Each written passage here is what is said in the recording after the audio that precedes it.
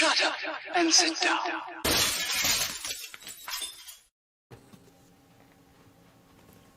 I don't get that music. I don't understand anything. I'd say it's because I'm old and it's young people's music, but Fester's older than me and it's his music, so Yeah. makes no sense. These young kids today. Welcome to the Friday stroke Saturday Frolic. Hello, everybody. Due to unforeseen circumstances last night, me and Fox can't go ahead because technical issues. But yeah, my computer, my Bob was broken. Aye, but we're all sorted now. Aye. It's me, Mike from Scaly Models, along with Fox, the model making guru. Hello, everybody. Welcome, welcome, welcome. And we're joined with Sue, the Ice Queen, Hi. Chris Condorbear, and the Plastic Monkey. Hiya. So, without further ado-dos, I'll jump straight into the chat. Do. Do you see it? Do you get it? Do. First in the chat is Model Making Guru saying, and we're back. Booyah! Booyah! Booyakasha, check out me car. Alex Thorpson saying, bonus content. You got it. Wendy Hickson, Hugs Fox and Mum Fox. Hope you're both doing okay. Catch you later if the internet lets me. Ooh. Yeah, and she came back as well later on. So Yeah. Thanks for that. Fox is saying good evening. hello. Gemma saying I have Fox, hugs to you and Mama Fox, and me saying I to Gemma, and Gemma saying I to me, and Fox saying gemular hugs. Gemular hugs. Him and his words. And Fox is saying when hugs to Wendy. And Alex hugs to Alex. And Alex saying LOL. Jeff from Candygram from Mongo's is evening everyone. Greetings everyone. Greetings. Hello. Jeff and Squishy's in evening. Hang on. Got me done. There we go. Squishies.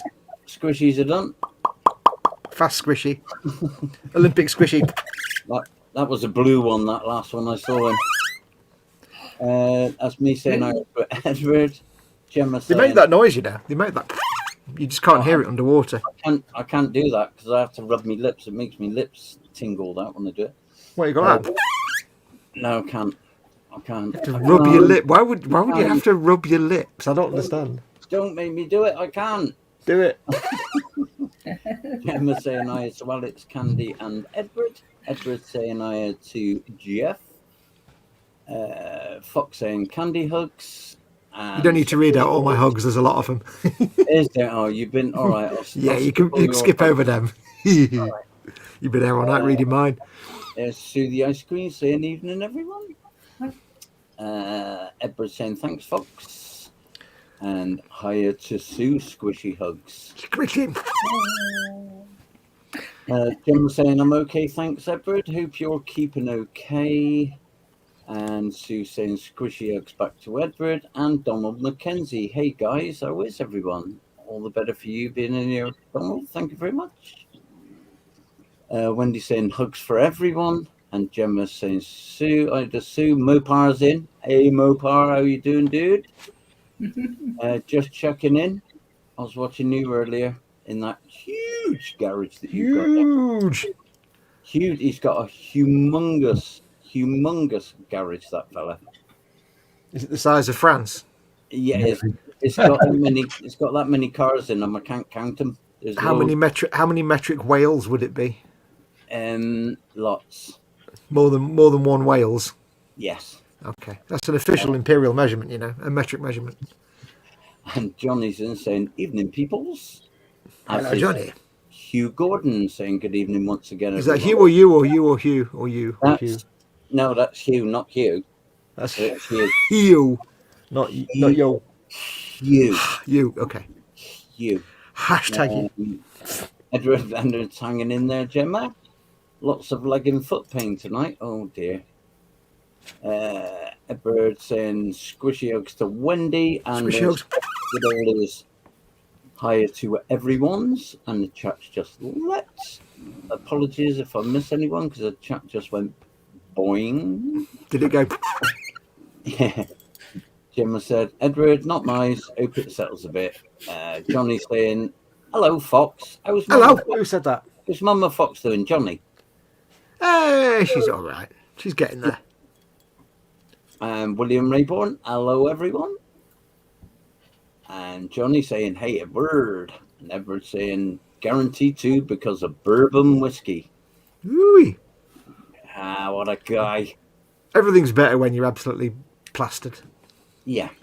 And Fox is saying, I don't understand this music. No, I don't understand it. And I'm saying, nor me. Yep. It's like the bit in a tune it's the bridge between the chorus and the verse, or the chorus and the repeat of the chorus, but it just keeps going. Like without the verse and the chorus, I'm like, okay. Yeah, I get confused. It's like 2 minutes of bridge. The first one's all right. Yeah. And then Fox is saying to Edward, sorry to hear that, buddy. Hope it eases off soon. I struggle with leg and elbow pain quite often, and it's a nightmare. I do, yep. Leg pain, right leg. I get cramps and pains in that a lot. My left knee's knackered, and for some reason the last few months my left elbow's been absolutely battered. So it's constantly painful, and I can't sleep on that side, which is a pain in the ass. It can be if you're sleeping on your side. How can it be a pain in the ass? Not literally. Oh, right, okay. Sue saying hi to Gemma. Look at his glasses. It's gone wrong. I don't know how that happened. Guthorm, you did. Go home, Guthorm, you're drunk. He's been on that bourbon. Yes. Oh, he's thinking about bourbon. It's enough for him, that is. I couldn't do that again if I tried. Edward saying, I got woken up by this one morning and almost shat myself. Mm-hmm. There is that. I get it every time I play it. That's the music. It's lovely music, Cole, by the way, if you're lurking. He likes his rock and stuff, though, doesn't he, Cole? So yeah. We shall not mock his musical tastes. No, we shall actually mock his musical taste, because he'd mock ours. Well, there was a saying that he only put all that heavy rock music in because Sue liked that sort of stuff. So I think really we can blame Sue. Because, you know, I often get mocked for my taste in elevator music, so I think I can equally mock Colin for his taste in old man rock. Yeah, old man. Edward, Gemma saying to Edward, I've been on stronger meds, so the pain is definitely duller, just a little high too. Johnny saying, same here, Edward, jumped off the forklift onto a stone and his foot has been bothering me since Wednesday. You know, one lesson I've learned in life, once you get past the age of 12, don't jump off anything, ever. Because it doesn't end well. You know, when you see these movies where someone, like, gets hit and they just go like that, so then they just go clunk on their knees like that. Yeah. Every time I see an actor go like that on the knees, I'm just like, oh, I couldn't. Or even onto a mattress, I couldn't do that. Yep. No, jump in, no. There's Johnny giving Sue the 5 roses that she normally gets. And Danglebert Humperduck. I have devoured the Bobbins 9000 and assumed its form. Hasn't Bobbins 9000 been devoured several times before by unspecified entities? There's something going on. He's eating or drinking or smoking the wrong things over there. Yes, he's probably drinking the stuff he should be eating and smoking the stuff he should be drinking. And God knows what he's doing with the stuff he should be smoking. It's supposed to be oral. Edward saying, unfortunately, Gemma, getting a pain med in the US is far too frustrating and hard. They don't want to give it. Yeah. Edward saying, sorry about that, Johnny. Hope it heals soon. William, I'll be back. I need to ride up to the store. Johnny said, just cheat at it, Mike. I don't know what I'm cheating at. I don't know what he means by that. What could he possibly mean? Caelan's in saying, hello, everyone. Hope you're all doing well. Are you, Caelan? Hope you're well, mate. Edward saying hi to Donna McKenzie and White Gloves, and Gemma saying, Edward, I can get the strong meds as it's a lifelong condition now, and so under specialists, you still have to prove your need for them, though. And Jamie Bones with us. Hey, Jamie. And John Paul. You missed out John Paul there. He's in as well. Did I? Yeah, just above Jamie Bone. Are you on top chat, Dad? I'm on chat. Leave me. I'm on chat. And top chat. Max, stop it. And Max McGinn saying, don't you give it them puppy dog eyes. Yeah, I see what you did there. Give you a puppy dog butt. Max McGinn saying, evening folks, hope you're all doing well. I am Max. Gemma saying, my chat's jumping, so hi to anyone I have missed. Yeah, same as mine. Red wine. I think someone just exploded somewhere. John Paul saying hi. John Paul saying hi, old fox. There you go. Jamie Bone saying, question: does anyone know how to make a 135 tank A-frame towing bars? Styrene rod, mate. Yep, evergreen styrene rod. Yeah, you comes in tubular or box section, or I section, or L section. Yep, you get all different shapes: hollow, solid, T-shaped, I-shaped, like Daz has H-shaped. Just look up evergreen styrene.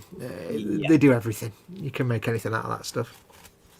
And Johnny said, "Oh, the squishy sounds." Hang on. Oh, don't start I think it's me squishing woob. I'll put it back against the microphone so you can hear it. Oh, I thought you were going to do squishy, but no.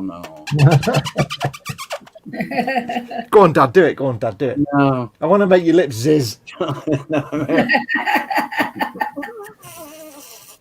He's going to be sitting there scratching his face now like a dog that's just eating curry. Sounds like a fart. Anyway. And Johnny saying hi to JP. Right. Last one. Hey, Max McGinn, John Paul, and Jimmy Bone. There we go. Now, before we go anywhere, let's do the usual shout out. Yeah. This is, of course, on Festa 67's Workshop's channel. And, of course, Colin can't be with us at the moment. That's why we're all here. Because he's still at home recovering from hospital. So get better soon. Big lots of recovery hugs to Cole. Yep. Don't forget, of course, if you're watching this, do remember to like and subscribe Festa 67's Workshop on the YouTube. It's this channel you're watching now with your eye holes. Don't forget, of course, if you'd like to support Colin while he's unable to make any video content, he's going to be out the loop for weeks, so he's not going to be making any content. So if you'd like to help support his channel, you can do by going to either Patreon at patreon.com/Festa67's Workshop and becoming a patron supporting him, or you can just click the join button underneath any one of his videos. It's down there, you can see it down there somewhere, and become a channel member. There's loads of reasons why you want to do it. I don't know what they are because it's not my channel. There's lots of things he'll give you as a result of being a patron or a member, but do it anyway. And don't forget, if you want to, you can do a super chat. Just click the little dollar symbol at the bottom of the chat window. That's another way to help support Colin as well. While he's not making videos, it's a good way to keep him in, because the money he makes off this channel he uses to buy himself kits and equipment. So Absolutely. do consider becoming a lovely patron or a channel member. NMB10's joined us and said, hi all, I see YouTube are up to their tricks again. I was unsubscribed from Colin's channel. Yeah, there's a lot of us have had this recently. Losing subs. Second most important thing, big pink straw. What? What? Where? Big pink straw. Marvel at my orifice. No. No, thank you. John, I'm just going to hide your comment, buddy. I can't do it if someone can hide it. Purely because trying to trade links for channels is what can get a channel pulled off, to get a stream removed and get channels demonetized. So we're trying to discourage that if we can, doing links in the chat, just purely because, especially on Colin's channel, because it's not our channel, YouTube can see that and it makes it look like begging for subscribers, which doesn't go down well with YouTube. So I don't seem to be able to hide that comment though, unfortunately. No, I can't either, because he's got a spanner. So please don't ask for subscriptions or post links to your channels in the chat, because it can harm Colin's channel. If it happens a lot, it can mean that his channel gets demonetized. So please don't do that. Okay, no worries. Cool beans. I'm gonna go on my down cam.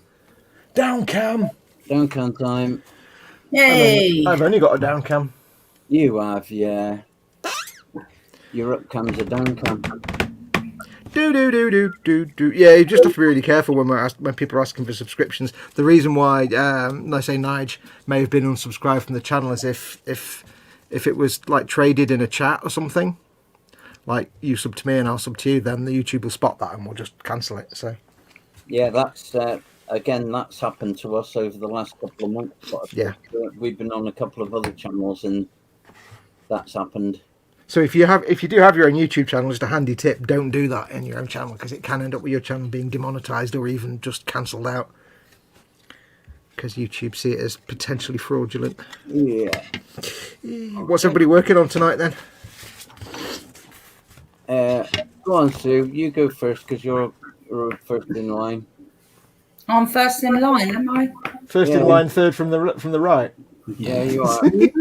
First in line because you put you on the screen full screen. Yeah, he does that. Yeah. I am working on this little fella. He's Age of Sigmar Knight of Shrouds, which David at Spoon Glue won, but donated it to me. So, yeah, that's what I'm doing. Thank you very much, David. Chris? I'm working on a 124th Audi Quattro rally car. Get to the Quattro. Yeah. Yeah. Paul? I'm working on some little figures for my boat. Oh, yes, your latest boat build. Is that your big boat and you cannot lie?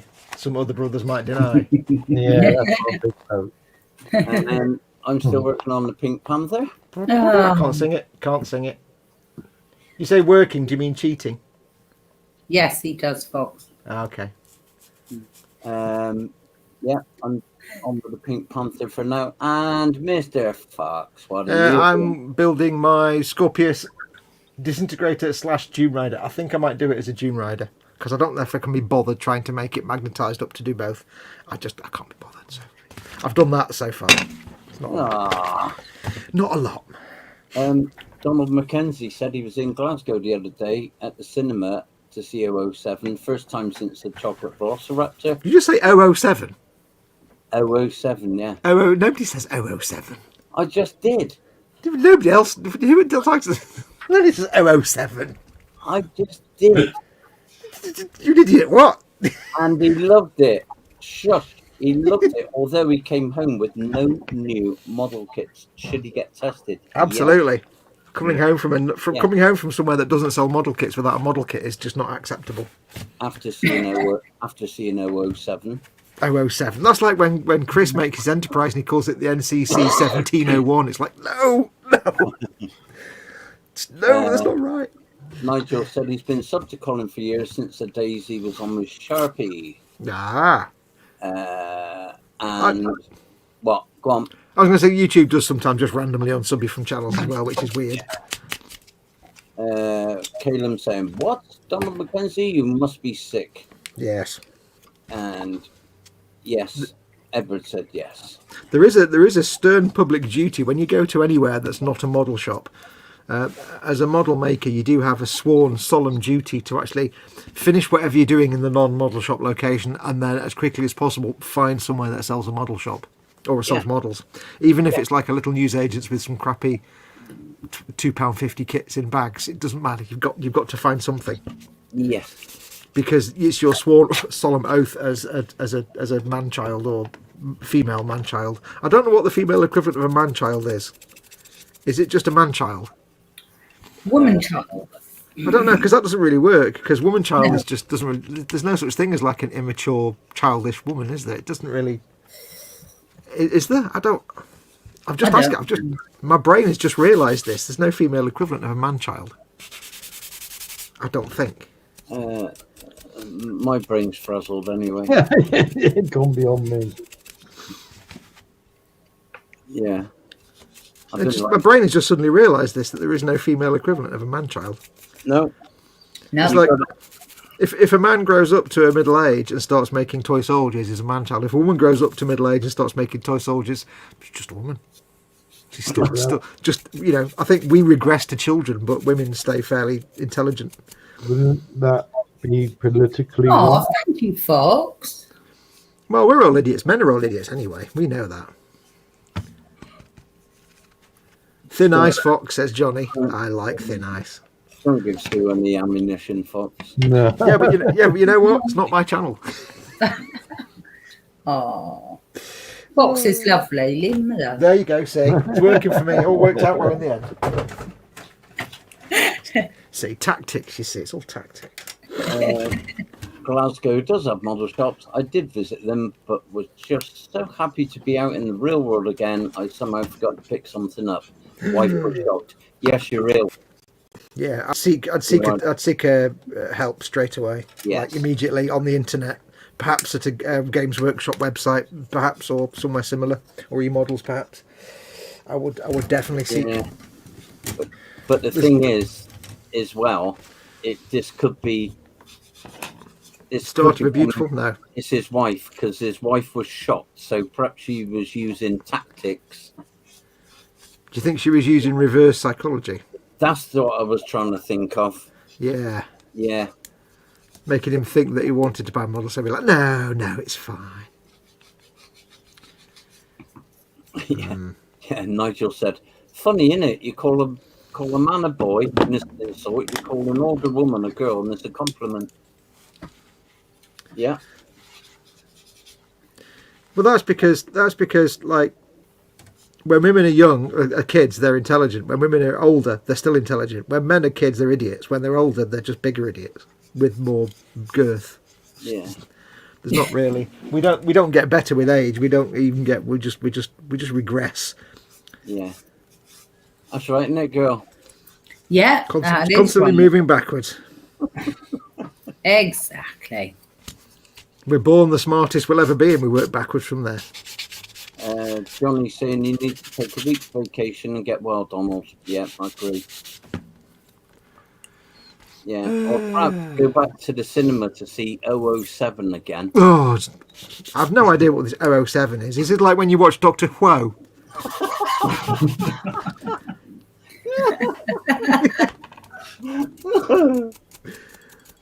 Oh, dear. He's that funny geezer in the phone box, isn't he? Doctor Who. Yeah. Things for the Chinese herbalists. Oh, God. I'm just sanding my bottom. Oh, My back end. Well, my back end, let's be accurate.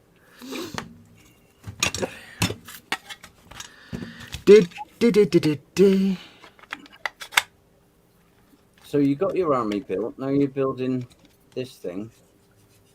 Who are you talking to? Painting suit. You. Oh, me. I've built many armies that I've never painted, and I've not even finished building any of them. You got to get the painting soon. Oh, that didn't work. No, I started building an Imperial Guard army and then got sidetracked and built other stuff, and then I started building Death Guard and got sidetracked and built other stuff, and now I've just got shit. I've just got transport boxes full of crap I need to paint at some point. I think I've resigned myself that I'll never actually get round to playing the damn game. So I think I might just have to just paint things and So, sell them. question to you then, being as you're probably in the know on this.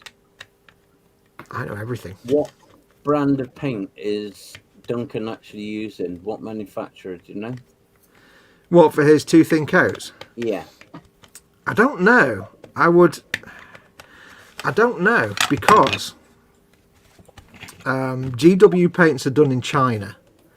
I suspect Duncan's not in a position to court a Chinese manufacturer to make paints for him, because that's just not something he's going to do without a lot of money. If I had to put money on it, I wouldn't. I don't know. See, it's not the kind of thing you can just do. You can just say, right, we're going to make some paints, bang. Like, no, you can't just do that. I mean, you can, but it's, yeah. We got 800 grand, didn't he, out of his Kickstarter? No, but I suspect he has gone to an existing paint manufacturer. Like Games Workshop didn't just start making paints. They started. Their first paints were done by a company called Cote d'Armes. Yeah. Or the company that makes Cote d'Armes. Then they approached Vallejo to make their paints, but it went to some company in China instead. Which is why Vallejo Game Colour paints are very similar to Games Workshop, because they were going to be the ones that made Games Workshop paints for a while, but they didn't in the end. And that's so I suspect, I don't know, but I wouldn't be surprised if he'd gone to the people that make Cote d'Armes paint, because they're in Manchester, I think I think they're You know Manchester. what, Fox? If you put a bit of glue on that, it'll stay together. It'll stop it falling apart.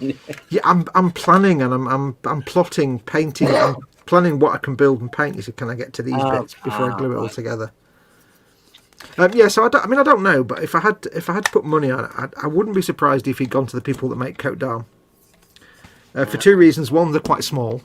They're a small, you know, they used to make Games Workshop paints, so he knows they can make good paints. Yeah. I don't know if the company is Coat d'Armes or if it's just the company and they make the Coat d'Armes paint. I think Coat d'Armes is still going. So they're quite small, so probably not very expensive. And they have, you know, they've got experience and they can make good paints. I know we both know someone who's pretty well in the know with all that side of thing, and even he's confused, isn't he? So Yeah, I mean, it's not impossible that it could be a completely new creation. He just happens to have found some people to make it, but that means he just happens to have found a load of, like, you know, material scientists who can understand all this. You know, he's not just mixing colours together. There's a lot of, you know, chemistry. industrial chemistry going on there. So Yeah. it's either that or it's another paint brand relabel, but I doubt that because that's not something you can really do. Because you can't really have your paints that are exactly the same as you couldn't just say relabel Viejo paints because they'd be obviously the same paints. So Yeah. I think I don't know. I wouldn't be surprised if it was the guys that make Coat d'Armes. Well, Donald said I was at a local cinema today, took his oldest lad to see the 007 movie. And he has to say it's better the second time round. Yeah. Mm. I lost interest in Bond a long time ago. I think. Mm. I think when it stopped being Sean Connery. Hey, Sean Connery. Eric at Twisted Rail saying, evening all. I know I've slept since then, but what's this? I thought it was Saturday. Yeah, if you actually read the title, Eric, it You know, we could have just messed with his chi then and told him it was like next Friday and that he slept a whole week. And that would have really messed with his chi, but you just missed the chance now. Yeah. You should always mess with people's chi. And then he says, what? Fox plans? Yeah, Fox plans. Fox plans. That's almost swearing. Trapped on Plastic podcast goes into this, says Edward. Yeah. So I don't know. I can't imagine he's gone to a big manufacturer because he wouldn't have, even though he's just done a GoFundMe thing and made like almost £2/3 million. Yeah, £800,000 is probably not a lot of money when you're starting an entire range of paints. No. That's probably not a lot of money. Let's just be honest. But it's a lot more than he set out to. Oh yeah. Yeah, wouldn't it? But oh yeah. Yeah, it'd be interesting. Anyway, it'd be interesting to see some. Somebody said that they bought the whole range. Who was it? Luke, Black Rifle. Luke. Yeah, that's right. Luke at Black Rifle. Thanks, Paul. I mean, at least you know they're going to be, most likely they're going to be good, because at least Duncan knows what he's doing with them, so he'll want them to be at least as good as GW paints. And I watched his latest video where he showed how to speed paint monsters, and he's like, oh, we're going to use this colour, which is from our new paints. Every chance he gets, which is from our new paints, every chance he gets to plug them, I'm like, go for it, girl. you go, girl, you go. I like Duncan. I do like Duncan. Eric at Twisted Rail said, Scaly models, you know I don't read titles, I like to be surprised. Well, there you go then. You've been surprised, mate. Boom! Surprise. Yeah, there you go. Been surprised again. That was a Fox surprise, that one, by the way. Oh, this is one of those pieces that vaguely fits. I hate these. Made me jump. Oh, and this one makes you jump. Jump. I don't know what that means. I have no idea what any of that means. I like Fox's painting videos. You should do more. Yeah. I will do it at some point. Very good they are. Yeah, I will do it at some point when I'm not being a carer. I'm hoping this week to, obviously with Mama Fox being poorly sick, I've not had a chance to do anything really. So this week I'm hoping, if I can, to get some filming done on that T62A tank 3 models. Hopefully, if I can. I'm hoping to anyway. This does not fit together very well. I'm not liking this. I can see I'm not going to enjoy this particular build. It's not that You know, bad. when it's one of those ones where they give you like a vague connection point with no pegs and holes. It's just kind of a suggestion, and you've got to hope it's in the right place. This is going to be the Primaris. Oh, bollocks. Primaris tank thing all over again, isn't it? Well, you can see this being a pain in the arse, I can. Can you? Well, you certainly can, Stanley. Can you? Are you right? I can. Oh, you can you? Are you right? Are you right? Right. Vicar Dibley quote there. I need to tape it together, but I can't tape it together without letting go, and if I let go, it's going to explode everywhere. So, arse magnets. Did one not think of that before one started gluing it together? Well, I didn't expect it to be such a shonky fit, let's be perfectly honest. I've got to sit here like a spoon now and hold it for like a lifetime. Got an excuse for everything, this fella. If I only had a clamp that was like 1.5 foot across, that'd be great. Excuse for everything. Shut up, you cheetah pants.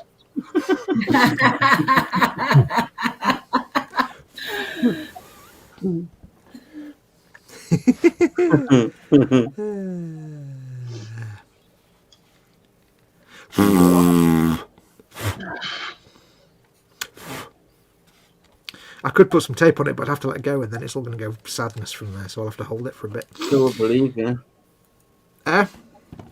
So believe. So I don't know. I reckon it's either the Coat d'Arms people or some little manufacturer we've never heard of. Yeah.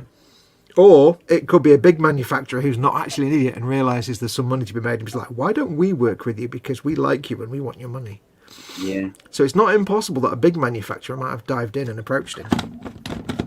Or might have responded to it and said, you know what, we could be up for that.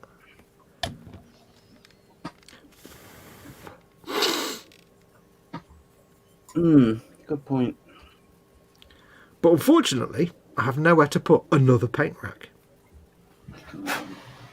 So, unfortunately, I'm not taking on a new brand of paint just yet. Anytime soon.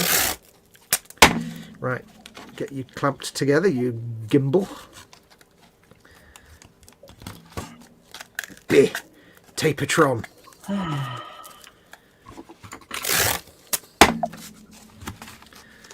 I'm so glad that I stole a shed load of 3M auto tape when I walked out my detailing job. Not paying for it makes it so much easier. Yeah.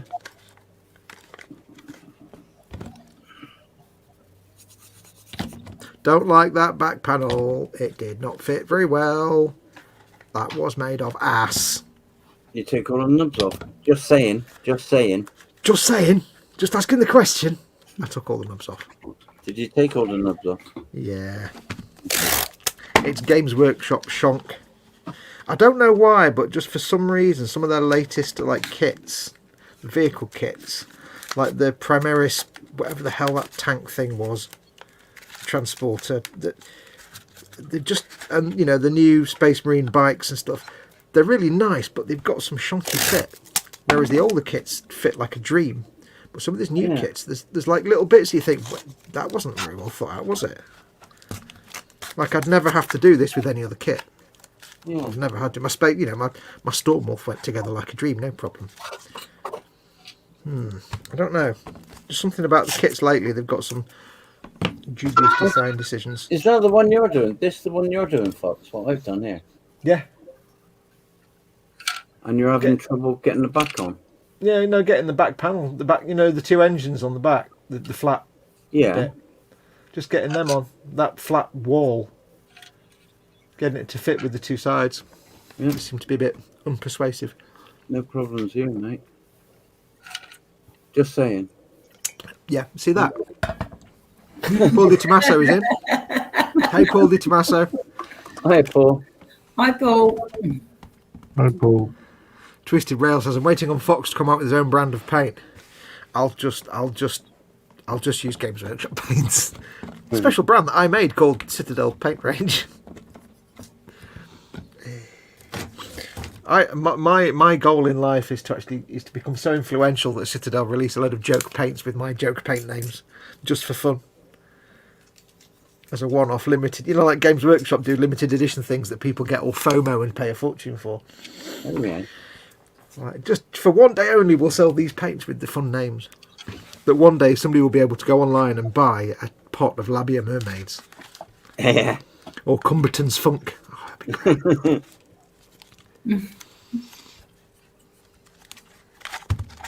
So, tomorrow when Warhammer Sunday, is this the kit that you're going to be working on tomorrow then? Well, it's funny that, because that's the one that I've got to out to work on tomorrow. Have you? Well, you've already finished it. Oh, look, and you've already finished it. Kel surprise.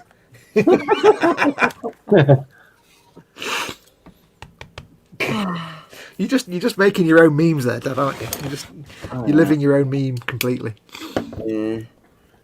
Well, yeah, I'm running out of kits to build now, so I may have to bite the bullet and start doing some painting. But I'll have to find stuff that I'm not fussed if I don't paint it well, because it's hard to paint well on a live stream because you're busy doing, being pretty on television and stuff. It's hard work. Well, right, I can't do that. I've got hair in my mouth. Ew.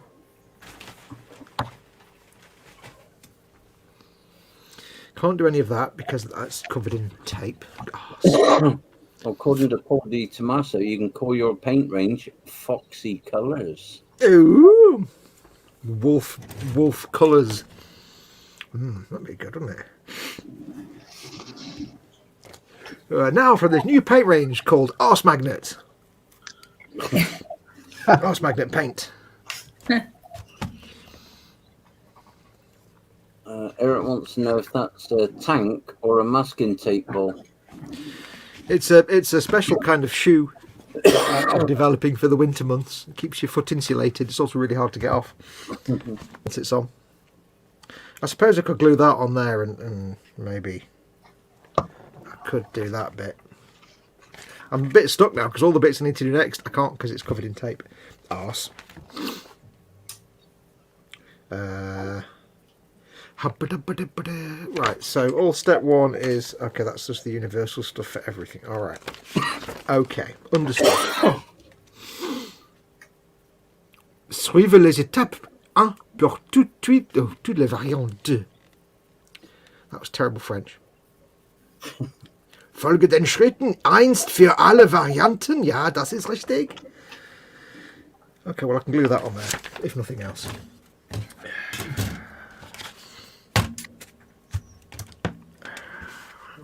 I need that one.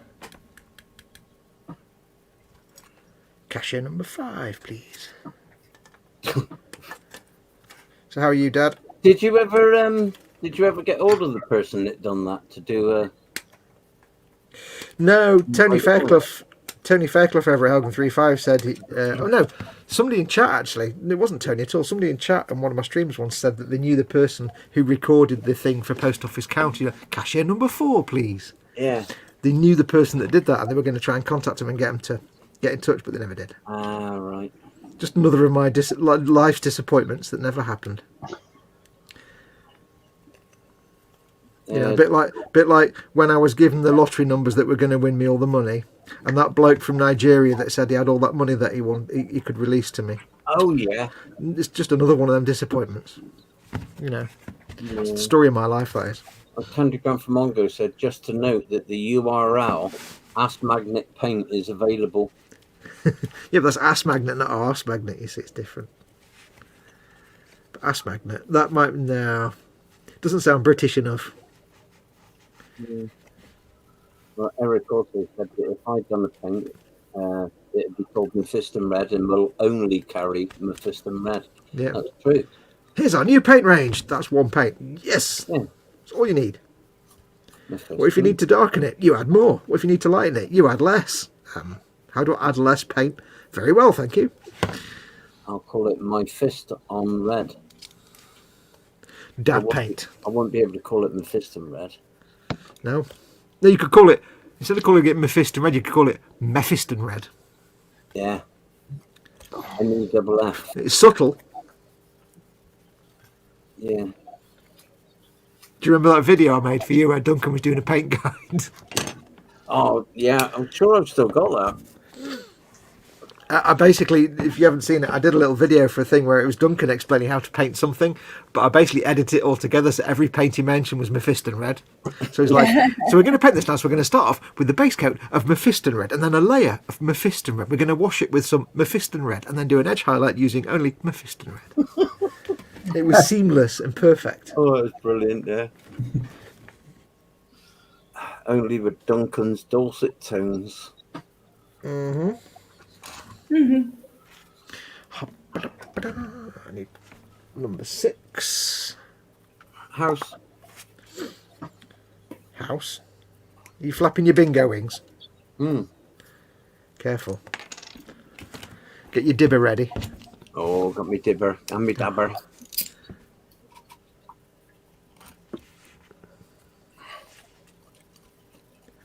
I used to go out with a girl who every week we had to go out to bingo with her mum. Dear Jesus Christ, was that a torturous experience? Jesus Christ. Wasn't even worth it. Great fun was had by all. God. It was just a room full of bingo wings and it was proper like working class bingo hall as well, so you can just imagine what it was like. And I'm like, why am I dating this woman? Why the hell am I seeing this girl? Why am I putting myself? I could just walk away from this and be happy for the rest of my life. Oh, hold on to your seats. Andy McLeish is in the house. Achouin Baljadid. Yeah. That's Nate 8. Hi, Andy. How you doing, buddy? Hello, Andy. Hello, Andy. I can't do close up to the microphone, I'm afraid, because the camera in the way. But I would do a moist for him if I could. Use your moist, and I owe you for a moist, Andy. A moist Andy? Ew, that doesn't sound good at all. No, it doesn't, it? No, I try to avoid moist Andys. It's a bit like a sloppy Joe. You just regret, ultimately. It's like a sloppy Joe, but not quite as full of, beef or any kind of food. Oh, do you know? I nearly had a dream come true the other day.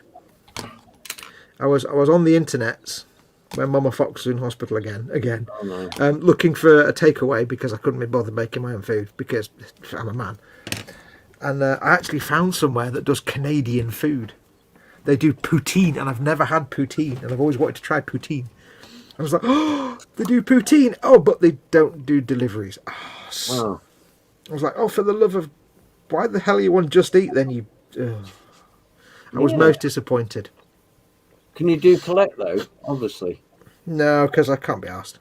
Oh. That's the whole point of takeaway food. I need it to not be taken away, but to be delivered. Okay. I'm a single man. I don't expect to have to go somewhere to get food. I expect it just to arrive. It is the order of things. Typical. Yeah. Oh, yeah, absolutely. Yeah, see. Right, I can't glue any of those on. I've glued that on there. I can't access anything on that now to glue anything onto it. That's Andy McLeish said, glares at Dad, how very dare you? What have I done now? Other than breathe. Dad, have you been breathing again? We've had this conversation. Yeah, and then he says moist. Moist! Moist.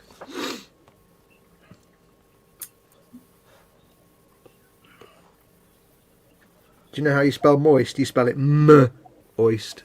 Moist, yeah. Moist.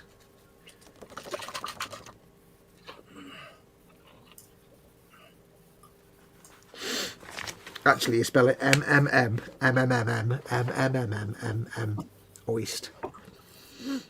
God blame you, he's even threatening me with the blue glove of slappage. Ooh. Danglebert Humperduck says the most important thing of all night. Woob. We haven't been woobing tonight, have we? We need to mercilessly mock Colin. I did ask Colin if he's if his missus has been looking after him and pampering him while he's recovering, or if she's been mercilessly mocking him, and he said no, just mercilessly mocking. And I was like, yep, this sounds about right. I'm a Burke now. Burke, are you a Power Burke? Power Burke. I can't remember the other word. Power Burke and oh crap, what was it that Andy came up with? Power Burke and Pushmo. No, Squeezemo. Power Burke and Squeezemo. 2 words that Andy came up with that were brilliant. Duncan's paints are being made by Transatlantic Games in Philadelphia, PA. Oh, I've seen that.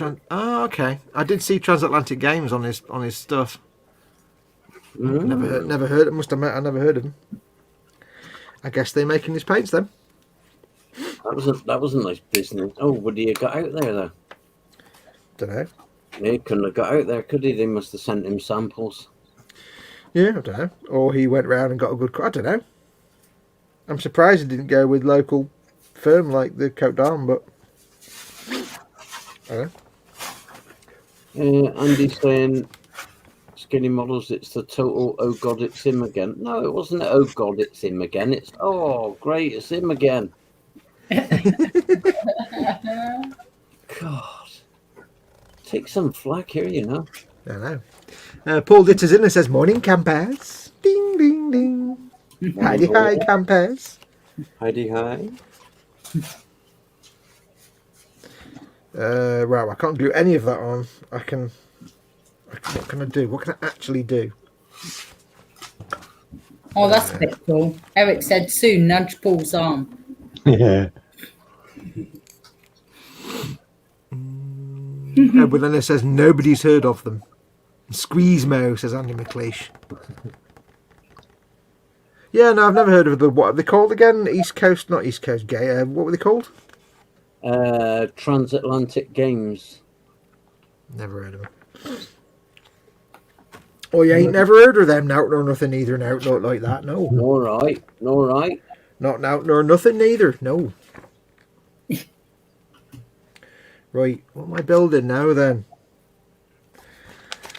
I'm flipping backwards and forwards here, and I can't build any.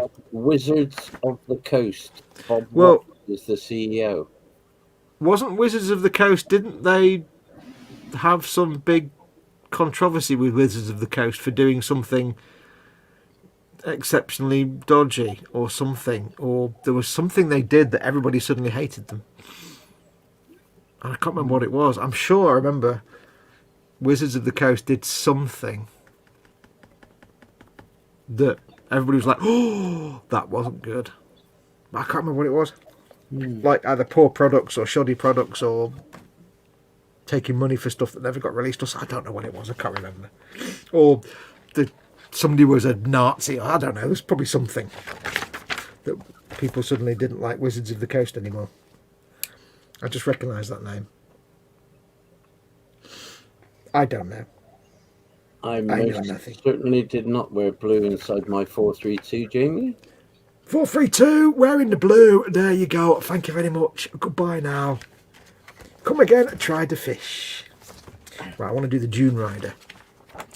So I don't want any of that nonsense. Ooh, well, that tank looks quite good there. No, I don't want that. Let's cross out those pictures. Do not want.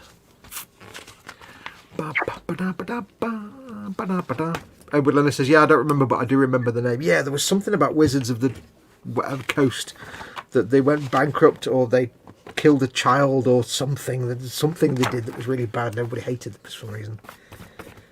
Maybe they, I don't know, dug up the Bob Ross's body or something. Something nefarious happened. I don't know.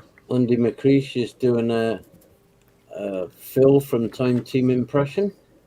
Right, Tony, what we got here is you got the stratification layer. You've got your ancient Roman masking tape, right, which you can tell because it's blue.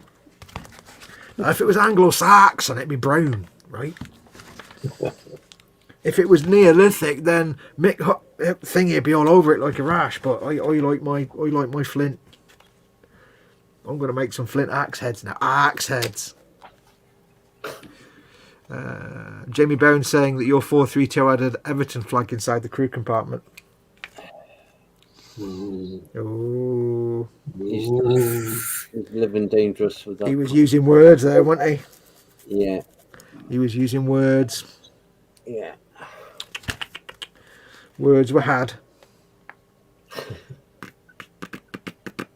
Edward's going to continue to drink his Jim Bean and not think. Oh. 1 second, folks. I'm back in 1 moment. All right, mate.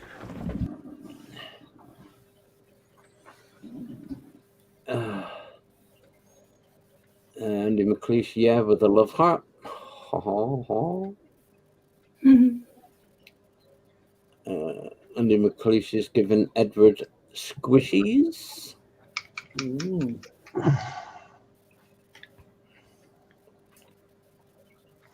WOTC had a control and sharing Games Workshop at one point. Ooh. Nice cup of tea, a custard donut, and a double decker. Yummy. That's Hugh, is it? That was you, Sorry yeah. about that. Ooh, put my headphones back in. All right, mate.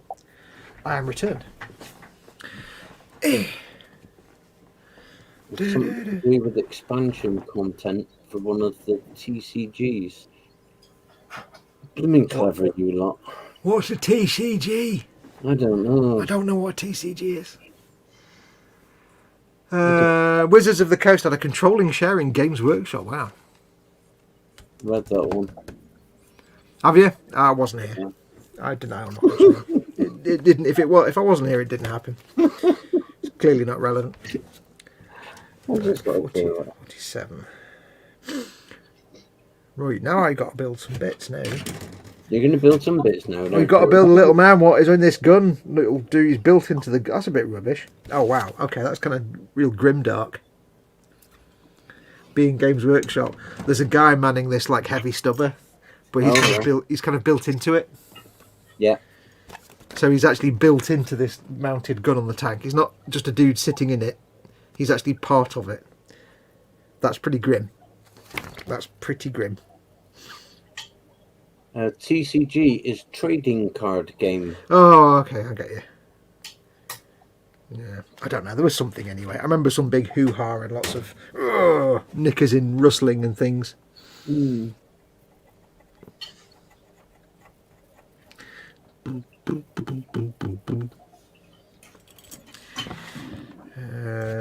Right, what am I doing? I want 48 and 47. Oh, this guy is... It's so... This is why I love 40k, because it's so grim. Like, this guy, he's basically got a human head. Well, half his head is human. The rest of him is all machine. But he's built into the gun. So his entire life is to be a mounted gun on this vehicle. Wow. That's pretty grim. 48. I love 40k so much. It's just so like twisted and dark in very subtle ways.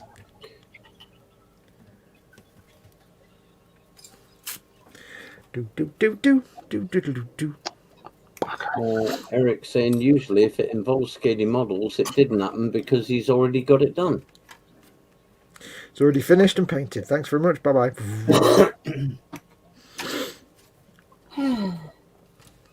Do you realise when me and Dad and Colin do our Orc Stomper buddy build, we'll start off with the first episode. Me and Colin have our kit, and Dad will like, I finished it, clunk, painted. You get your painted one out. That'll be a comedy moment. That will. 49. 49. Jamie Bonus saying, Fox, what do you think about plastic deathcore of Krieg models? They make me have a great big sex wee. Does that answer the question? You can guarantee when they release them as a separate standalone set, I'll be buying 1 billion of them. Because absolutely trouser tent time. I mean, I've got like I've got about 50. I think about 60 or 70 resin deathcore, most of whom are built, but I need to paint them, and some of whom I haven't built yet. And some of them are actually official. They're fake deathcore, which is a bit rubbish. But hey, you buy on eBay, you can't guarantee you'll get the real thing. But yeah, absolutely, I can't wait to get plastic deathcore. Absolutely can't wait to be able to actually assemble them without sweating and swearing. Cannot wait. Cannot wait. Paul Ditter said that's a mental image he's going to take to his grave. Sexy! Big massive trouser tent, sexy time. Thank you very much. 46 and 45.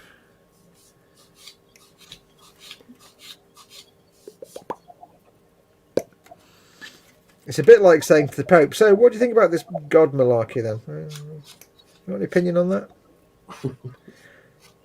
Although I'm sure the Pope wouldn't say absolutely sexy time. I'm sure he probably wouldn't say that. Caleb's never heard of deathcore. Ooh. Deathcore of Krieg. Google is your friend. Yeah, it's a part of the Imperial Guard in Warhammer 40k. One of the things of the Imperial Army, and they basically look like World War I Germans, and they're brilliant. And their entire philosophy in life is to die for the Emperor. That's all they exist for. If they're not dying for the Emperor, they're not happy. They're just grim. They're like the toughest of the toughest Imperial soldiers. They're just hardcore.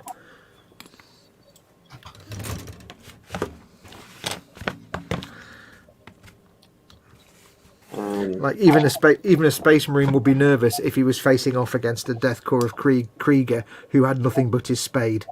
He'd be a bit nervous about that. So. Caleb saying, Fox, did Fanhome contact you about the kit coming out? The kit car, is it? Kit? As in, no. I don't actually have any contact with Fanhome other than my account.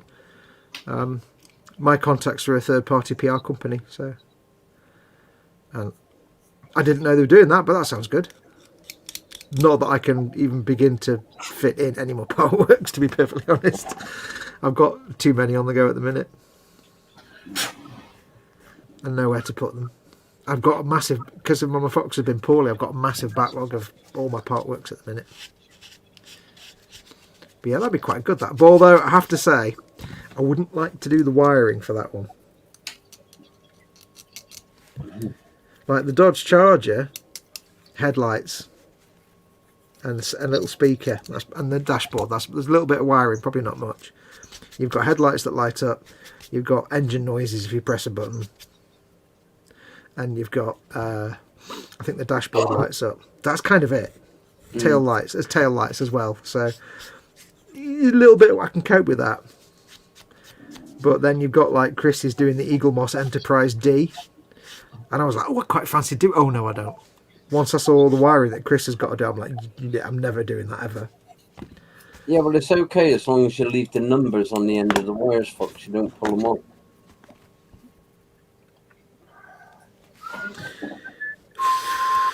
Do you know? Some of us have got good memories. Do you know? But I mean that Enterprise, Jesus, it's like 3 wires for every section of the hull. It's like, oh no, I couldn't be doing that. I don't do electrical stuff. So yeah, the kit, I can imagine then will probably have a lot more because you've got all the displays on the dashboard and stuff, and all the headlights. So I bet there's loads of wiring for all the different things on the dashboard.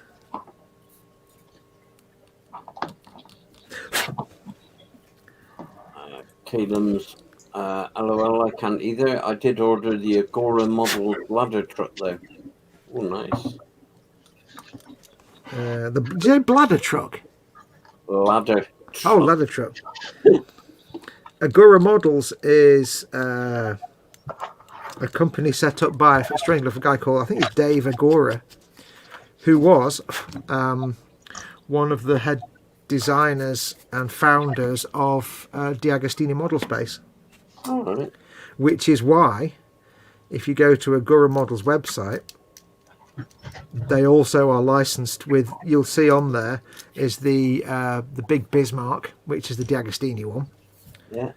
and a couple of other ones that they are allowed to do because he founded D'Agostini's model space team, apparently.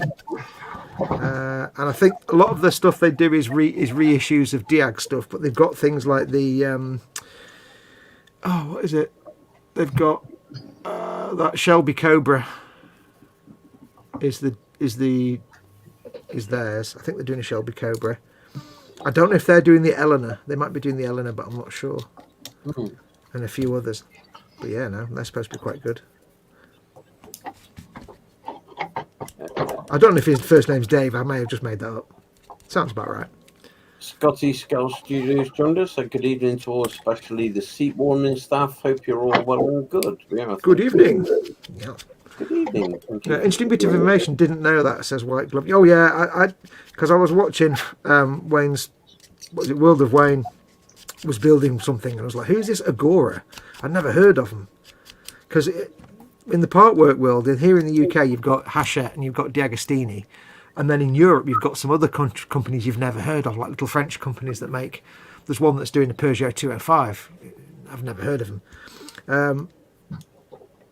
So I went to the website and looked it up, and it just says on the website, it's him that founded. He was one of the founders of Diag Model Space. I was like, cool. Because, if you're going to invest a lot of money in a part work, you want to make sure the company's not just some crappy company you've never heard of. Yeah. And I was like, why? And I looked at it and said, hang on, why has he got the Bismarck? That's a D'Agostini thing. And why has he got this other thing that's a D'Agostini thing? What's going on here? Oh, right, okay. They must have allowed him to use those. They obviously parted on good terms. Yeah.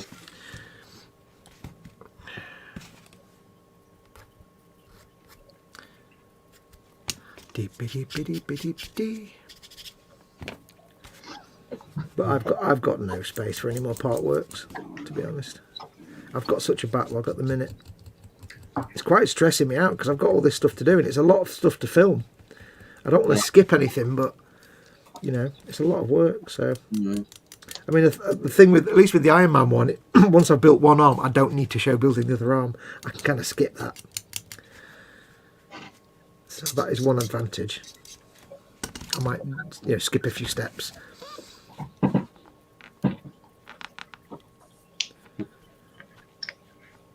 Paul Ditter said, I'm looking at the Agora 12-part half-size T800. Great, now I have to have one.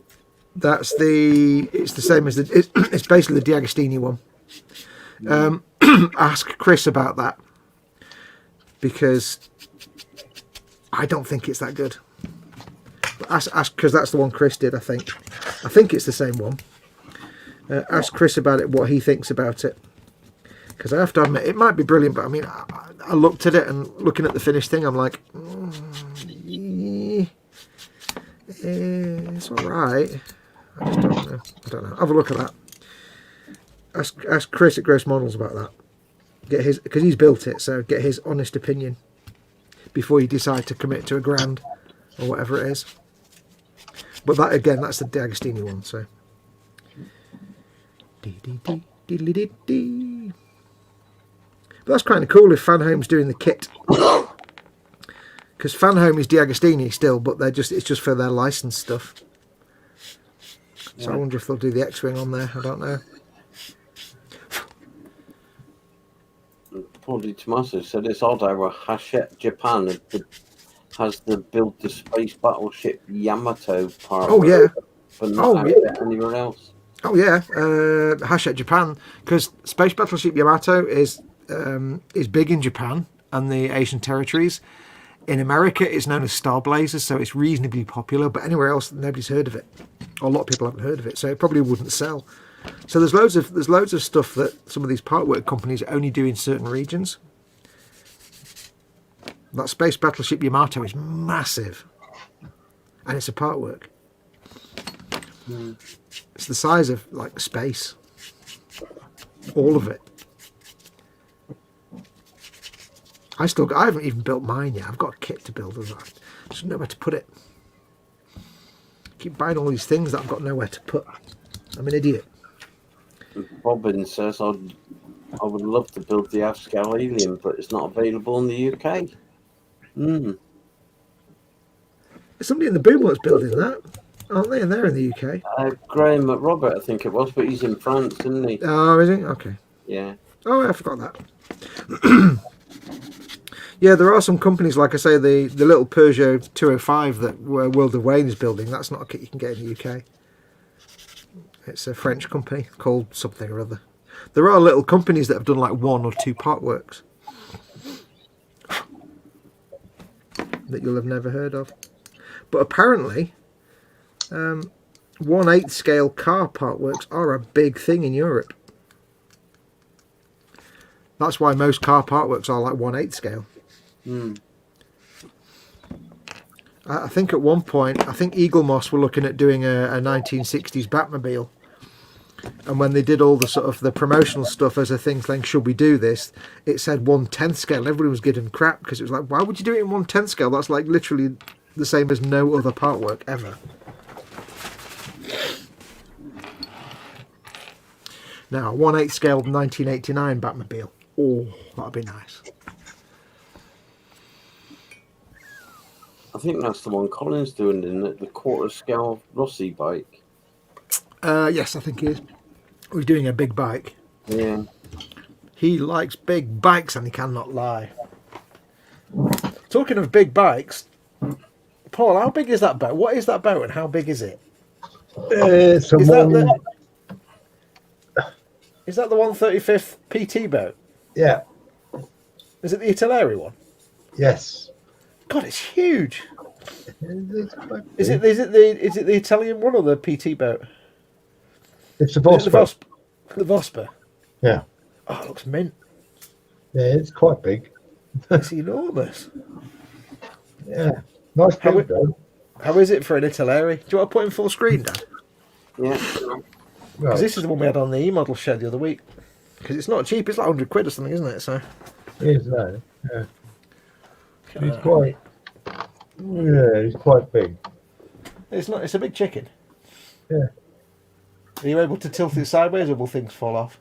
No, No, I don't want things to fall off. no, No, not they're bad. fine.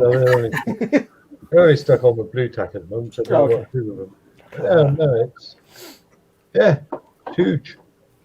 Nice build though. Goes together very well for a Italeri. I love the way Italeri kits always have that qualification of for an Italeri kit. It is. It's good. Looks good, man. Yeah. Colin would orc that up, I think, if he was building that. I'd make it into a spaceship.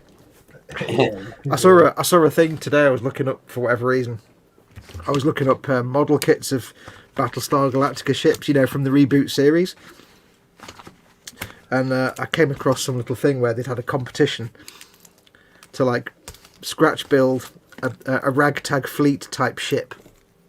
Just scratch build something that looks like it would belong in the Battlestar Galactica fleet. And somebody took the Revell 172nd 7C U-boat, turned the hull upside down, and then put like a bridge, scratch built a little bridge thing just above where the torpedo tubes would be. Kept the torpedo hatch covers off, so it looked like a landing, like a little landing bay for fighters, and then just basically modded the whole thing to have bits all over it, and engines and stuff, and rockets and stuff. It looked fantastic. It really looked like something out of Battlestar Galactica, out of the ragtag fleet. It was fantastic. Wasn't Steve Mundy, was it? Oh no.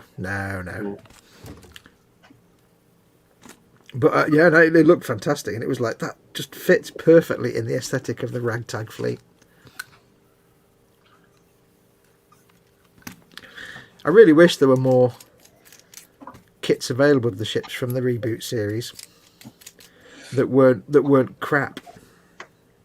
Because I was saying in the chat earlier on in your stream, Mobius did the Colonial One, Yeah. but unfortunately it was tiny and not very good. And it was it was horrible. But I want them to do the Geminon. There's a Geminon cruise liner ship, like a luxury liner, and it looks like a flat, like 1950s like the old sort of international jet planes, like the old passenger planes, like the luxury ones. Maybe just before they went to jets, it was like, what, the old propeller planes, what were they called? The old luxury, like, passenger plane, transatlantic flight type plane. Anyway, it looks like one of them flattened out with rockets on the end. And I wanted to get one of them and do it as a Pan Am, but just for fun. But unfortunately, they never made one. Nobody ever makes them. Or if they do, they're crappy resin kits that aren't very good. That's a missed opportunity. Scotty Scale Studio saying, Sue, you're so quiet painting. What is it? I want to see. Huh? What? Who? Scotty wants to see what you're painting. What is it? Show me your bits. Jack. It's the wrong show for that. I'm doing I forgot what I'm doing now. Hang on. Night of Shrouds from the Age of Sigmar. I had it given to me, donated to me by David Powell at Sprue and Glue. Mm-hmm. So yeah, I do go quiet when I'm painting. I must That's because you're sticking your tongue. It's hard to talk when you've got your tongue sticking out. Yeah, I tend to concentrate quite a bit when I'm painting. It's not that Fox talks a lot, but I'm just... I do. That's just... But then the thing is, I do, but then I make it easier for you guys to actually get some work done. So there is an advantage. There is an advantage to that. Yeah, that's why I tend not to do painting on live streams, because I can't shut up long enough to actually do any painting. And if I do some painting, I go quiet, and then I'm not entertaining my viewers. So if it's just me on my own, I have to sort something out, I think. Caleb saying, Fox, my wife got me that same back scratcher for Christmas. That one. Yeah. Mama Fox got me this, and it's fantastic. Because it's kind of developed. It looks like it's had nylon oxide painted on it. It's got like a kind of verdigris developing on it, which is probably not healthy, but I don't care. But also, it's a great back scratcher. But if you do that really fast, it gets really hot, and it smells brilliant. It's got that kind of hot metal smell. It's fantastic. I love it. Next question. How did you find out? How did who find out what? How did you find out it's got that hot metal smell? And what led you to... Oh, right. Because I think I was probably sat watching something one day. I was probably sat like watching something on my computer, watching a video or something. And I was probably just sitting there like absent-mindedly doing that. You're just twiddling with it. And I was like, and I probably went, oh, it's hot, because it gets really hot. You're like, oh, it smells nice. Yeah, I'm gonna have a smell of that now. Have you never like opened an electronic device for the first time and had a bit of a sniff? Yeah. It's that kind of pleasing level of smell. I've drilled out some barrels. Drill out your barrels. Jeff said that was nice of Sprue and Glue. He and I were just chatting in the 24/7 a couple of hours ago. Yeah, he's lovely, David. David was in there. Scotty saying, great work. Love the colours so far. Reminds me of my Halo armour in the game. Great work. Oh, thank you, Scotty.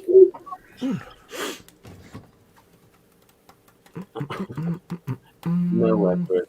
Donald McKenzie asked me about the ship I'm talking about, Cloud 9. From BSG, and Johnny says it's the Constellation. I don't know if it's the Geminon cruiser, but it's the one that was called. It was a Pan-Galactic Space Lines. It's like flat like that, and there's a creature on my desk. Go on, that creature's back. I'll tell you. You know what I'll do. You know what I'll do. I'll draw it. I'll draw it with a pen and a paper. I'll sacrifice one of my Games Workshop Citadel palette pad sheets. This show is not sponsored by Games Workshop. Where's my pen? It kind of looks like a woodlouse a bit. It's kind of It's kind of like this shape, and it's got a little cockpit there. Imagine like an old, like 4-engine propeller into a transatlantic flight. It's got a black bit there, and then it's got, I can't remember exactly, but it's got like a tail thing here, like that. And then under here, I think there's some engines at the back, and at the bottom there's another one like that, and there's probably an engine here and an engine on that side. It's not actually that fat, but it's kind of flat. It's like kind of like that. And there's, so these are like things. So from the side, it's like that shape with an engine, with the fins there and some kind of engine scenario going on. But it's got like windows down the side, and it's on the model in the series. It says transgalactic. Pangalactic. Yeah. I think, but I'd change it to Pan America. I make it Pan Am. I'd get some Pan Am livery because it looks like Pan Am livery. It's just made to look like it says Pangalactic. Ah. And underneath it's got like a little bit sticking down there. It's great. I think it's a Geminon cruise. Anyway, I wish somebody made a big model of that, but they don't. So basically, everybody's horrible, and I hate everything. The only kit that's available for it is a resin thing about that big, but apparently it's not very good. So I'm not getting involved in that one.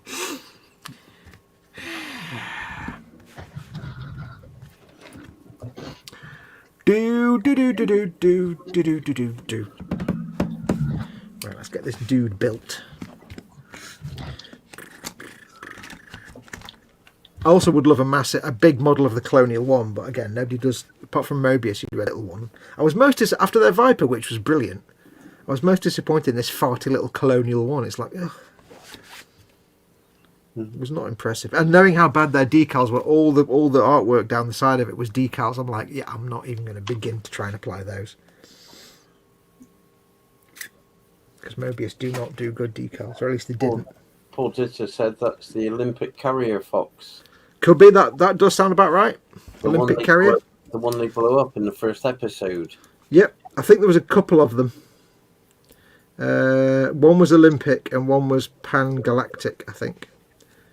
I don't know if it's an Olympic class carrier, but yes, they do blow it up in the first episode. It's such a great looking ship. But I'd have to make it Pan-American just for fun, because the render I've seen, the logo looks very much like the Pan Am logo of old. And you know what? I like the old Pan Am livery.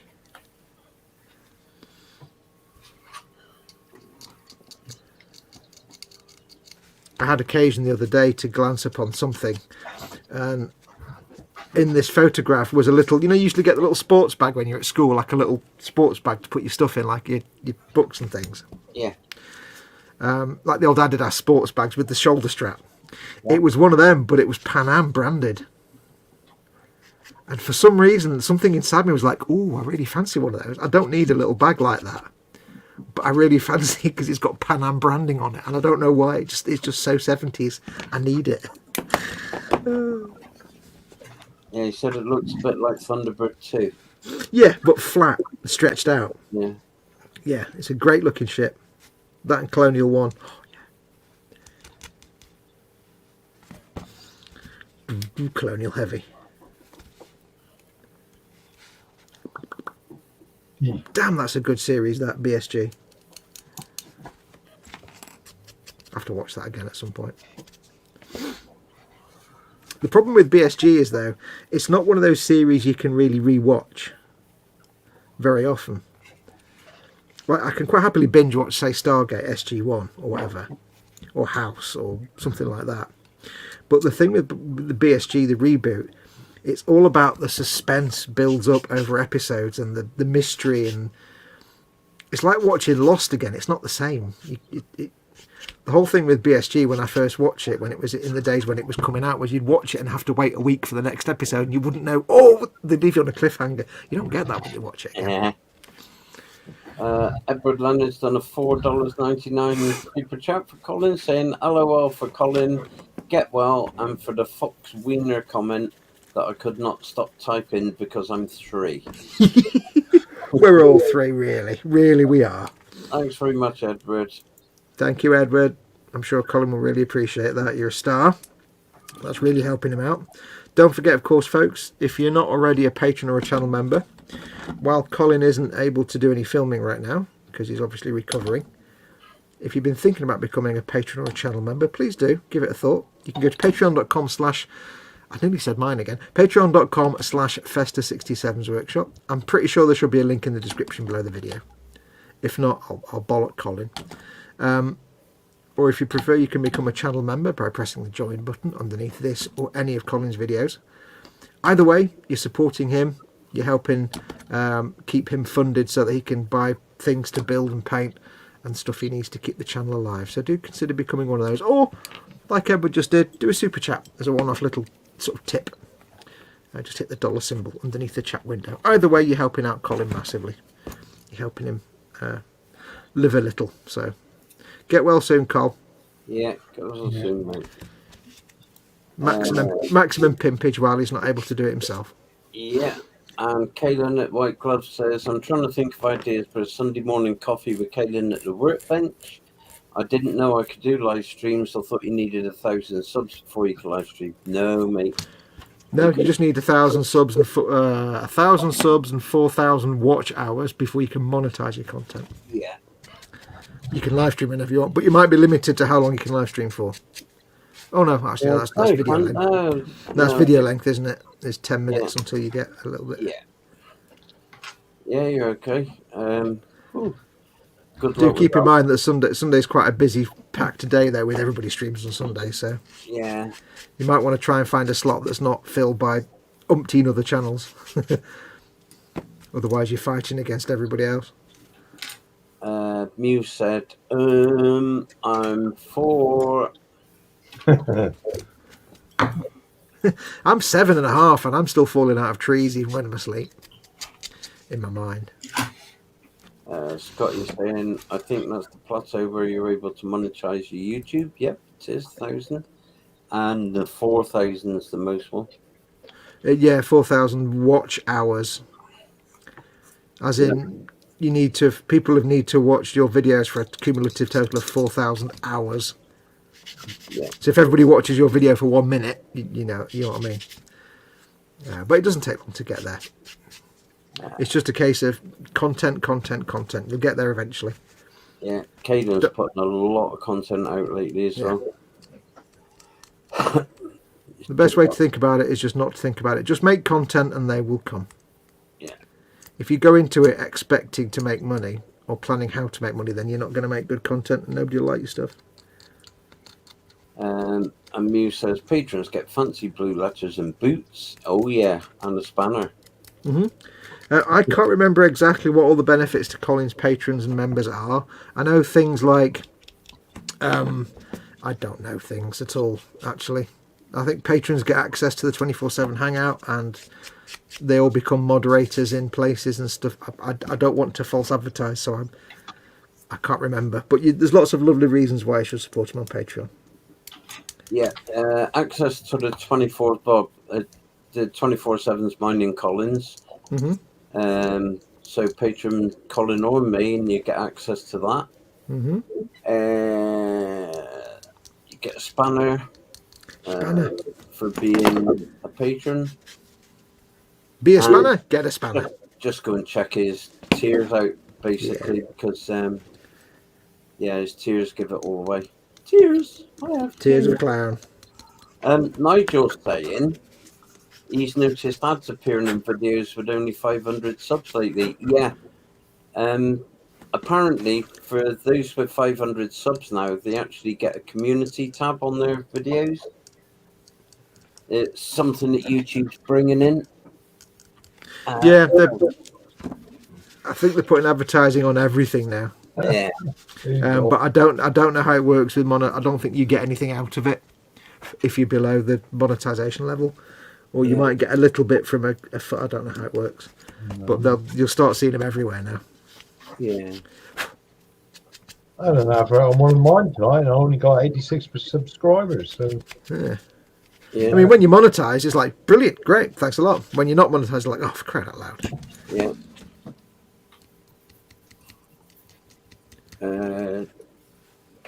Yeah, Jeff's there saying channel members get access to Festin and Scaly Models 24/7 Hangout, which is a lot of fun. Yep, can be. Yep. And you get the 24/7 chat as well. And patrons get to wear Daisy Dukes and Daisy Roots. Some people I wouldn't want to see that. And Muse says the things you learn in there, eh, Candy? Yeah, you can learn a lot in there.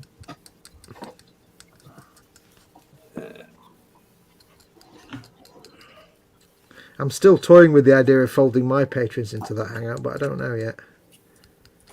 I don't know, maybe. If that's a thing. Because I've got my Discord, but I'll be honest with you, Discord's dead on its arse. Nobody uses it. Yeah. The Boomhut one's a bit buzzing, but my Patreon one is just nobody uses Discord. Panzer Koenigsen saying, good morning all, is it still Friday? Yes, it is, mate. Been waiting for you. We can go in a bit now. It's actually next Friday already. Yeah. Sorry. And come on then, you know what the question is, Panzer. I'm not even going to ask it. Put it in chat. Yeah, PIN number and date of birth. No, that's not that question. Was that the wrong question? If you were a treat, no, that's not the right question. No, he knows on a Friday night, Fox, he has to say what he's eating and what his pudding is after he's eaten. Ooh, pudding. And Edward's telling Panzer, don't tell Dad what you ate. Yes, you have to. It's the law. I am. Hello. And he's saying, hey, Dad, I was here last night. You weren't. Actually, I was. It was someone else who wasn't because. Yeah, it was Chris. Caused problems. It was that gross models being a spoon with his things. It was Bob Internet. Scotty Skull Studio said, I'm going to give live streaming a go when I get settled after my move. Whereabouts are you in the world there, Scotty? Am I sub to you? Scotty Skull Studio. Let me just go and... Does that mean his studio is scale? Or I've got an image of like a tiny little miniature studio. I think I'm subbed. Muse says she just ate chocolate cake even. Yeah, I'm sub to him. Yeah, 209 subs he's got. I'm already sub to him. I think everybody should give live streaming a go. Yeah. You're either going to love it or you hate it. It's not what you think it is. Yeah. It's harder than you think it is. Yeah. The simple truth of it is you're either going to suck balls or be fantastic. There's no middle ground. But even the first time, but even if you suck balls the first time, you stick with it because you'll end up not being sucky eventually. Scotty's in Nevada, but he's heading for Massachusetts. Massachusetts. Thank you. I was waiting for someone to do it. It's that was the old Kenny Everett sketch, wasn't it? Yeah. With the Bee Gees. Yeah. Get it? Massachusetts, big teeth. Never mind. They have big teeth. That's the joke. It's a tough crowd.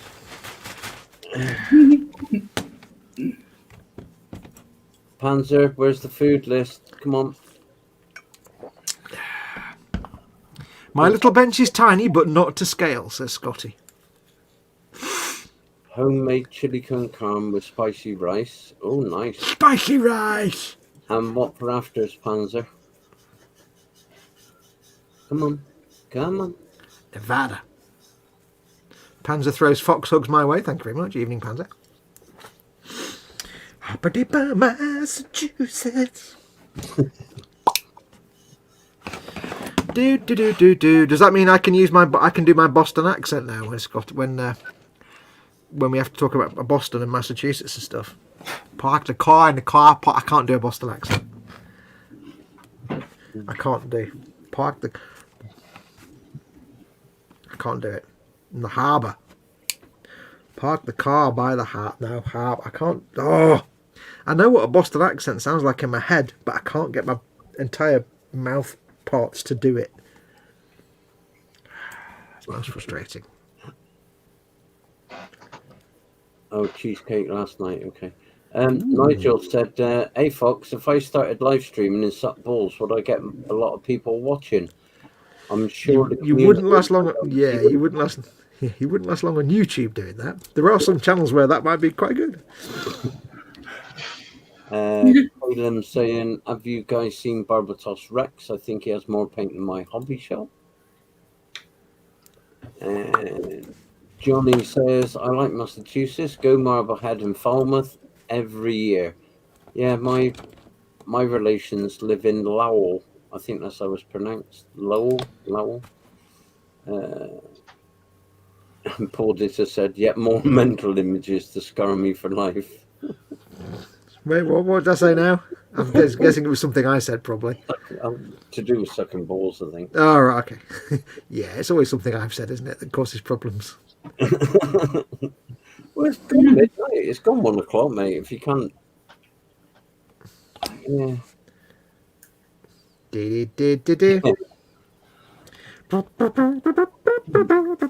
Music saying, Nigel, that might work on Twitch. Yeah. And Nigel's on the bud. Good man. On the what? On the Budweiser. Oh, so you're not drinking beer then? Have a beer instead. Do you know what? If I ever become incredibly rich, I will pay for every American who's never experienced ale to come over to Britain and go to a real pub and actually drink ale. Like a proper like country pub where there's no jukebox. Yeah. And it's all quiet and there's a roaring fire, and I will pay for them to come over and drink actual ale. And they'll never drink Budweiser and Michelob and all that kind of crap ever again. The scales will fall from their eyes. Yeah, even music. Also, yeah, that's not beer, dude. Also, steak and kidney pudding will be part of the deal. And a full English. Oh, full English. Beer. That's beer. But Caleb says that's on his bucket list, Fox. Good lad. Bearing in mind, he did get his name off of the back of a truck. What, Caleb? Caleb, yeah. Off his mum. His mum named him off of the back of a truck from this country. Cool. Mm. I like the sound of that. I think I got that right. I think I remembered that right from the other week we were on. You said that? Or you're just making it up. Who can say? No, I'm sure you put me right. Oh, you said sad but true. There you go. Nothing wrong with that. Well, I quite like cold coffee.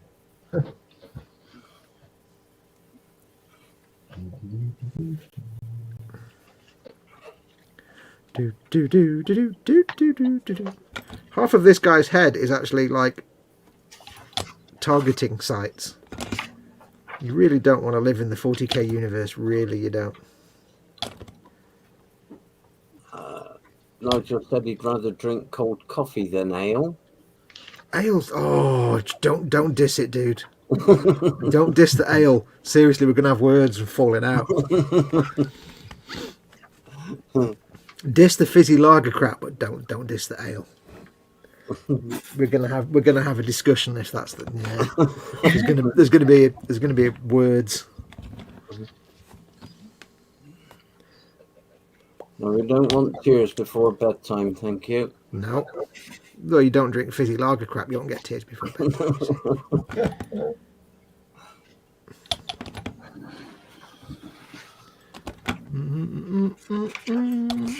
See, just imagine like a cold winter's night. Cold, bitterly cold outside.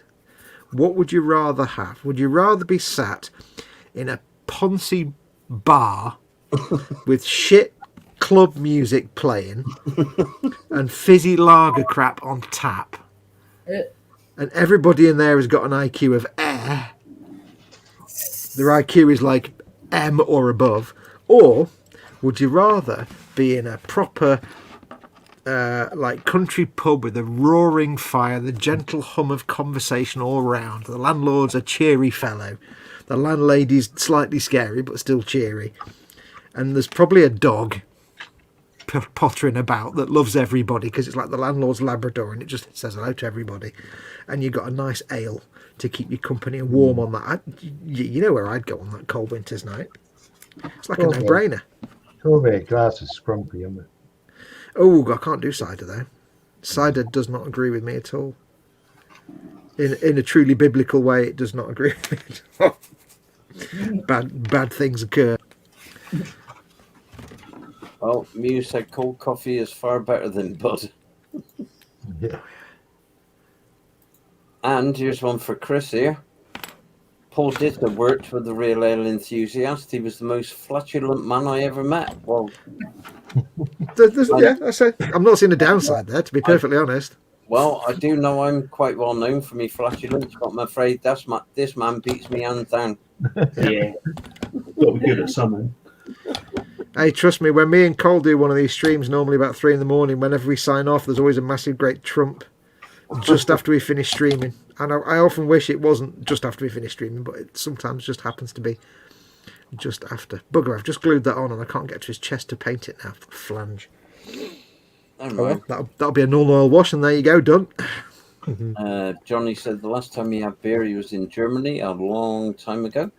Was that with the forces? I take it, was it? Forces? We don't need no stinking forces. And Scotty Scout Studio said, I'll take the country pub, please. Thank you very much. Nigel said, he goes to the country pub with a dog and roaring fire with a nice cold pint of lager in a truly biblical way. Elle doesn't agree with me. Yeah, it's because you're going somewhere where lager should be illegal and you're drinking lager, and it's like walking into a convent and getting your porn mag out. It's just not right. Leave that to the Vatican, please. Oh, God. I don't think I'll glue those guns on because that will make painting tricky. I've already shot myself in the foot by gluing that blast plate on, and I can't get to his chest now. Flange. Oh well, never mind. Moving on. Learning experience from all round. Just a vacation.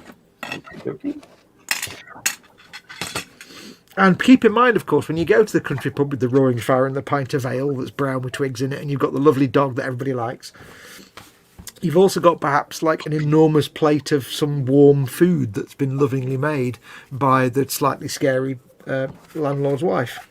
like a big steak and ale pie, or like a fish that's probably more like a whale shark on a plate. Or proper. It's not just bang it in a microwave Weatherspoon shit. It's proper food. Betty's hot pot. Oh yeah, it's proper Betty's hot pot. It's proper Betty's hot pot. I actually knew because my mum and dad used to work at Granada. I kind of knew all those actors. Yeah. I sat in Rackham's having a cup of tea one day with my mum and the lady that played Betty, having a right good laugh. We were. Yeah, it's very favourite nannish, wasn't she? Yeah. If I remember right, I could be wrong now, but if I think rightly, the actual recipe for Betty's hot pot was Betty Driver's own recipe. Yes, Betty Driver's. Yeah, it was, mate. Yeah, it was actually her recipe. I don't know if she actually made it on set, but it was. There was actually a Betty's hot pot because she made it herself. Oh, here we go. We've moved around to food now, haven't we? Paul Ditter said, huge Yorkshire pudding with sausage mash and onion gravy. Now I'm hungry. Yep. You know what to do. You know what needs to be done now. Next, Foxy be telling us modelers that Gundam aren't toys, LOL. Get to the cooker. What? What was this about what Gundam? Nigel said, next Fox would be telling us modelers that Gundam aren't toys. They can be toys if you're a child and you make it and don't paint it. But if you spend 100 hours painting it and somebody tries to play with it, I break their arms.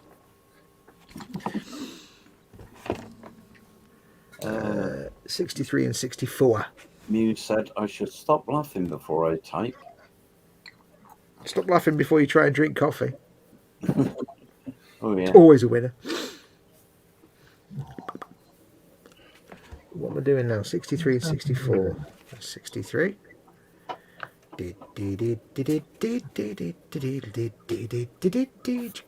Boom. I've got Tiny Tim in my head. What, tiptoe through the window? Loving in the daytime, something in the nighttime. Just when you get a chance, just it will break you. But it's stuck in my head now. I can't remember exactly what it's called, but it's just. I'm singing it badly enough that it won't get picked up by copyright, but just look up Tiny Tim song. Yeah, it's just weird. No, But it's also it's like it's just weird. It's like a scalpel in your brain.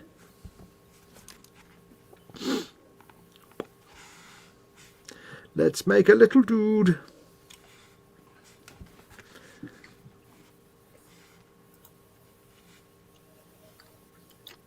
I really want to be sat in a country pub now with a roaring fire and a dog and a pint of brown. Sadly, there aren't that many round here anymore.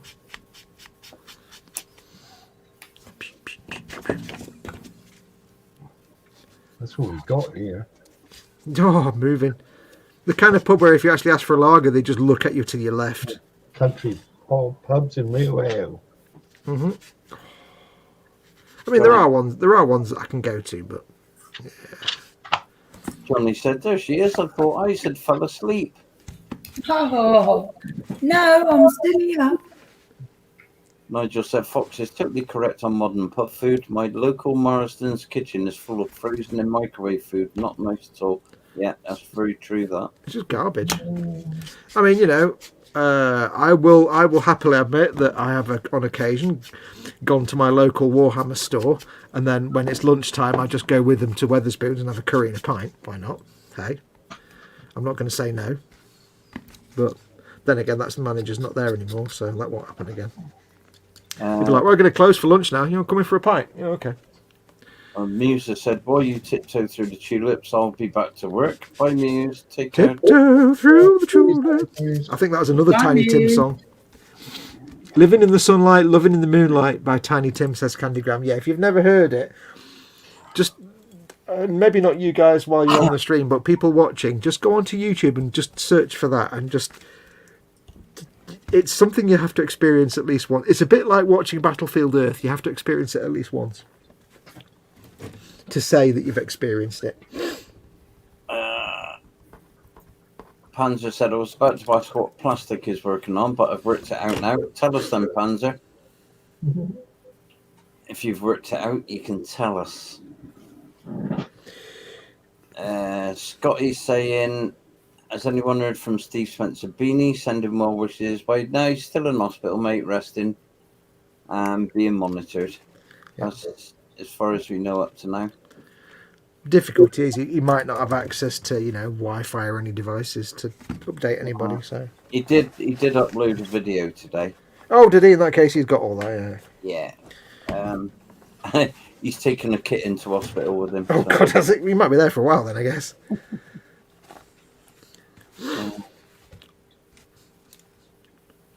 He's what, taking the Trumpeter 200 Titanic? No, he's taking the Chieftain Tankin. Probably going to do all the track links.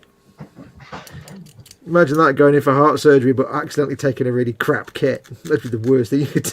Oh crap! I brought in a Teleri, didn't I? Oh, bollocks. Yeah. I brought the. Oh, it's that motorbike. Oh, I brought a space. Oh. Imagine accidentally taking the Tamiya Harrier. Oh dear. Panzer saying it's his big E-boat. You know what? I don't do boats and ships. Not really. No. Not because I haven't no interest, but yeah.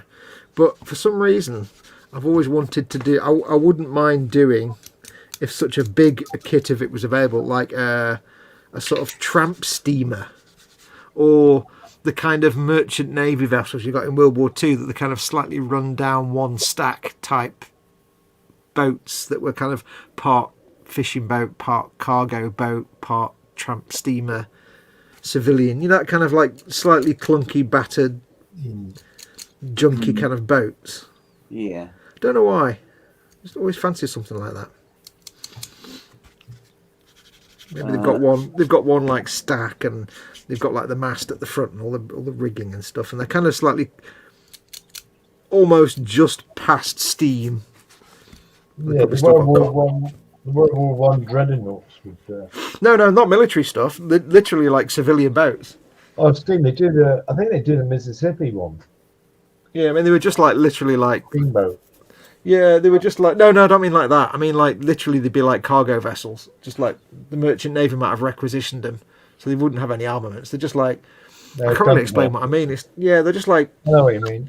Yeah, civilian, slightly crap boats, like long, almost like the long trawlers used to be, but kind of longer than that. Germans used to use the merchant ships and put guns on them and. Yeah, they plonked a little anti-aircraft gun on the deck and hope for the best. I don't know. I think because they were kind of like just a bit clunky and decrepit, and that kind of appeals to me. Military vehicles, in boats and stuff. It doesn't interest me. But Nigel said Trump to do the 1350 merchant ships, Fox. Ooh. And where's Edward gone? Better read this out, otherwise you get the ump. I must have pissed off Dad. He's ignoring all my comments. Bless him. Oh. No, you haven't, mate. Okay. By Muse. You have to remember, Dad is a bit rubbish at reading the comments sometimes, as is anybody when we're presenting a live stream. It's quite hard to. Jumps. The chat I know. jumps. A, Dad's old, and B, we all suck. So 68. You know when people say, I fancy giving live streaming a go? Yeah. This is one of the reasons why, because people get miffed if you miss a comment. Yeah. And Everybody, you don't necessarily miss it. The chat jumps and you miss where you were up to. everybody thinks live streaming is really easy. You just turn on a camera and you witter for 3 hours and you do something. It's not. It's just not. Because keep in mind, when you're doing a live stream, you have to, first of all, A, do whatever you're doing on the bench. So, you know, you're making a model or painting. B, have half an eye on the actual stream and the software running it and the health of the stream and what's actually on screen and what your buttons need. And if you need to change the camera view, press these buttons. So you've got to keep an eye on the technology. You've also got to be conscious of, is the stream actually streaming? And you've got to keep the chat up, and you've got to keep interacting with your chat and be conscious of what people are saying in chat and keep them interested, whilst also waffling for 3 hours if you're doing it by yourself, to keep the interest of your viewers. It's actually quite tricky. It's a lot of plates to juggle. To spin. You don't juggle plates. It's one of those things that if you're lucky, it will just instantly come naturally. But for most people, it doesn't, and it takes a bit of practice and a bit of familiarity, getting familiar with it. For Fox, it does, because he's been doing it for years. Yeah, for me now it's second nature. But you've also got things like, am I in focus? Is the camera in focus? Is the lighting all right? Is the sound good? And you're constantly worrying about all of that at the same time. And this is why I don't tend to do painting, because it's a lot of stuff to think about. Yeah. So don't expect it to be easy, but it's not hard, but it's not easy. No, definitely not. So yes, when people miss comments, it's because we're doing like 18 different things at once. It's really hard. Yeah. Especially when I've got my lenses on, so I can't even see my iPad there without lifting them up. So Jeff at Candygram said, I want to build the model of the ship Yavari, which was built in sections in Birmingham and delivered to Peru in 1861. It was designed to run on llama dung.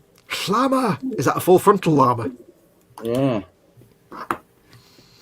Twisted Rail says, Mike misses a chat because he's too busy cheating. Yeah, see? Oh, hello. Oh, hello. Oh, you were concentrating. Morning. Scotty's asked about, because I mentioned Battlefield Earth, Scotty asks Paul Ditter if it's the train wreck Travolta sci-fi movie, and Paul says, yes, Battlefield Earth is hilariously mind-buggeringly bad. Yes. But you have to watch it at least once. You have to watch it at least once. I mean, you can only watch it once. You can't watch it again, but... And Panzer's got to ask, how many miles to the ton do you get from llama dung? Yeah. Well, there is that. Why? Are you telling me there are no other sources of fuel in Peru apart from llama poop? Like, where at sea are you going to get llama? Do they have like llamas hanging around the ports ready to refuel?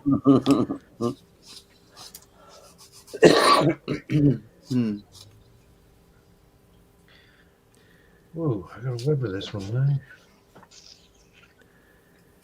Oh, he needs a head. Oh, has it got a drop? Oh, there we go. I think you're going to have to wear a hood. I think all my Adeptus Mechanicus dudes should always have hood and not unhood. Should always have a hood. Yeah. If in doubt, have a hood. Yeah. I want 70. Admech always have a hood. I like painting Admech guys because they're kind of dead simple to paint. They're all just like metal colours and then a red cloaky thing. If you want to be lazy. 70 is what I want. Cashier number 70, please. How are you getting on with your car, Chris? I'm still taking out seam lines and flash. Yeah.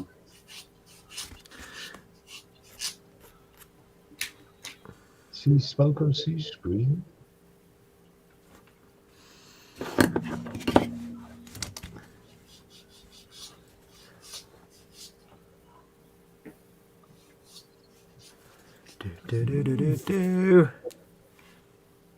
If you want the same effect of watching Battlefield Earth, says Paul Ditter, but save yourself 2 hours, just punch yourself in the face repeatedly while listening to L. Ron Hubbard's Dianetics on audiobook. Oh, he calls it Diabetics. Battlefield Earth reminded me of some Klingon Rastafari Bigfoot tragedy, just terrible. Candygram says, true fact, the Yavari was made to operate inland on Lake Titicaca. Why do I get the idea everyone's giggling now? Because we're British, and of course we giggle at anything with the word tit in it. Titty, yes. It's got a tit on it. It's got a tit.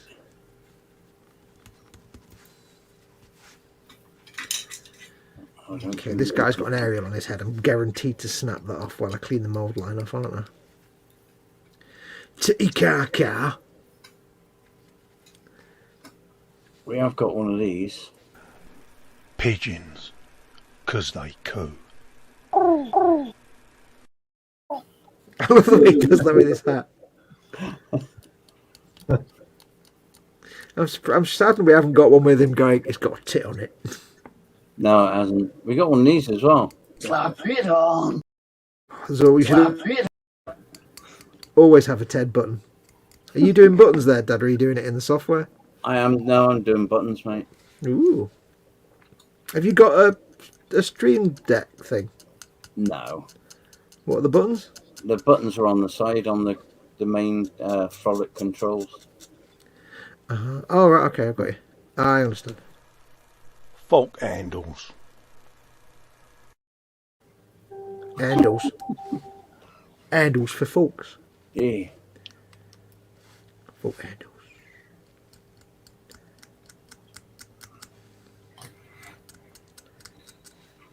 And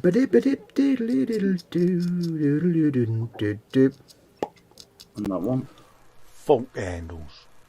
Handles for forks. Colin's quiet voice in your ear is actually quite relaxing, isn't it? It's quite calming. His softly spoken voice is quite ASMR. Oh, Size in. Mr. Demon joined us. Oh, Psy 2 Golden Demons, Kevin Reynolds. Oh, sorry, Yeah. did I say that out loud again? Every time I do that by mistake. Yeah. He hates me saying that, and I always forget and then say it out loud that he won 2 Golden Demons. God damn it. Hey, Psy. Hi, Si. All right, buddy. Hi, Simon. Hi, Sonny. Hi, Simon. Hi, Simon. Si. Hello. God damn. How are you, Simon? Have you got your headphones on? God damn, son. I'm coming in your ear, Simon. I'm trying to remember any of the lines of that guy from Independence Day that spoke like that, and I can't bloody remember. So Cy Reynolds was going to take a mould of one of his Golden Demons once and send me take a like make one out of plaster or something, but he never did. No. He's just I spoiled sport sometimes. I know. That's the only way I'll ever get a golden demon, me. And it'll be a pretend golden demon.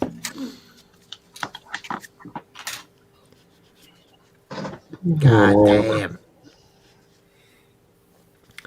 You got Moxie, kid. I'll give you that. I don't know why I'm doing that. I don't know where that's come from.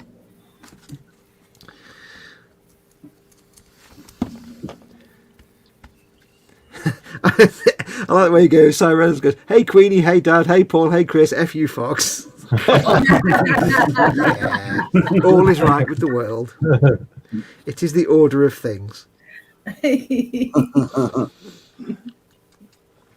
The thing that you very quickly learn if you become part of my circle of friends, the thing you very quickly learn is that we all just take the piss out of each other all the time, constantly. Correct, Princess. Yeah, but so much to the point that I started doing that with Mama Fox, and she didn't know I was taking the piss out all the time. And I was like, "I'm really sorry," because I'm just. And she said, "No, it's fine," and then she just started taking the piss out of me. And he sent me a text saying, "Oh, look on my phone. His name on my phone is Sai." I'll show you. That's his name on my phone. Oh, you can't see it because it went black. Oh, hang on. There you go. That's his name on my phone. Hang on. So Kevin. Two demons.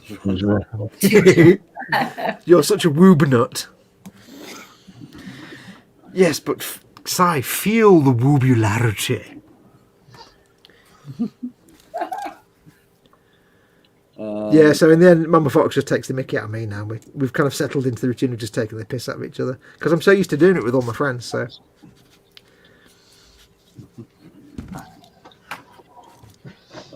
Paul Dieter saying Robert Loggia. Sounds painful. Got you saying Judge Hirsch, I think. Why are people saying names?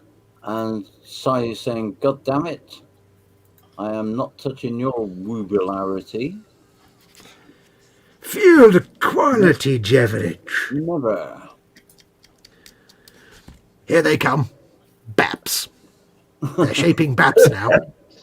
Just imagine. Great travelling ovens full of lovely baps. I love that clip so much. Yeah. Oh, I've pinged my head off. Hang on. I've dropped my head. I don't know where it went. Oh. Hello. Hang on. My head's come out. Oh, that was lucky. It pinged off across the room and actually went into the box that was on the floor. Wow. I couldn't do that again if I tried. Oh, the gruff voiced guy in Independence Day was Robert Loggia. Oh, yeah, that's the one. I can't remember what he said. He's like, Mom, I love you. Or something like that on the phone when he knows he's going to die. Yeah, that I spent a day, or a couple of days, like about 2 weeks ago, when Mama Fox was poorly sick and I was just desperate for something to do to take my mind off it. I started watching all the old Pathé News channel clips. They've got loads and loads of film, like from the 50s and 60s from the Pathé News. And one of them was this thing about this half-hour documentary about how bread is made. It's great. The narrator's like just fantastic. And it's all set in the Sunblest factory in like 1958 or something. And he's like, here they come, Baps. They're shaping Baps now. Just imagine, great travelling ovens full of lovely Baps. When he obviously he didn't know 50, 60 years ago what the word Baps would come to mean 50 or 60 years later. Baps. So that's my favourite clip of film of anything ever, of all time, ever. I listen to it every day to cheer myself up.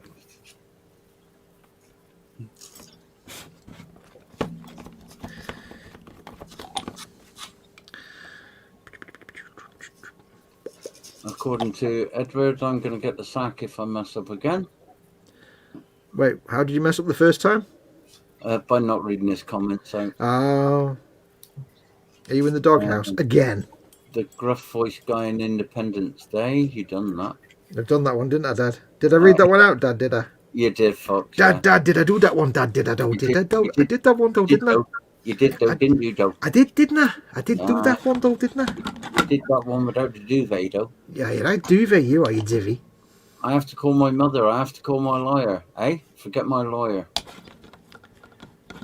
I have to call my mother. I have to call my lawyer. Yeah, forget my lawyer.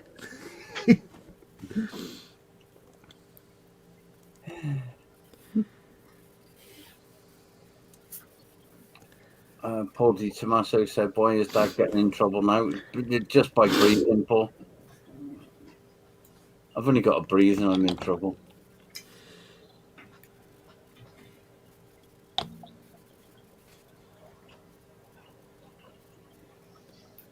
This guy must be an officer, he's pointing.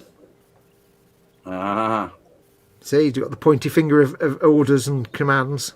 Yes, go. He's saying, go over there and shoot that chap with the face.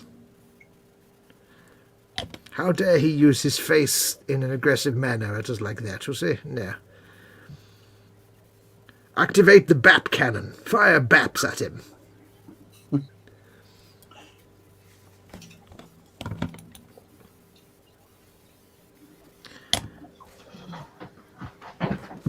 They're shaping BAPs now. It's the word, it's not so much his voice, well it is, but it's just the words he uses, like, here they come, BAPs. They're shaping BAPs. It's just the weirdest things to say. They're shaping BAPs now. Here they come, BAPs. What? It's just awesome. It's the weirdest choice of words. I do recommend people watch it. I posted it in the Boom Hut. So, it'll be there somewhere. So said, Dad's always in trouble. It's the way of things. It's like Fox being a blithering idiot. It's just natural. Yep. Blithering idiot? What is this, 1956? Well, is this the Beano? You're talking about BAPs. I know, but is this the Beano? Nobody says blithering idiot. What? Or is he just channeling like Captain Haddock? I think he's had a very good vintage port tonight, after his meal. There's been a bit of a sniff, did you think? Yes, I think a bit of a snoot. Yes. He sat back now with his glass of port and his brandy and big... He's very civilised, you see. Most civilised beverage. Yes. Paul Di Tommaso said, I just got back a few minutes ago. I took a shower. Now I'm munching on a Tostitos and salsa. That was a rubbish burp, I do apologise. Whoa. Yeah, you got that right, Panzer. Sam will appreciate this. When an officer says, right, lads, we're going to capture this position, what he really means is you're going to capture that position. Exactly. That's very true. You don't expect an officer to do his own dirty work. Come on now. That's just craziness talking there. Yeah. It's crazy talk. We're talking about the woob. Woob! Woob. Woob with a view. Go to woob with a view. Fox woob's is way better than BAPs, says Edward. Yeah.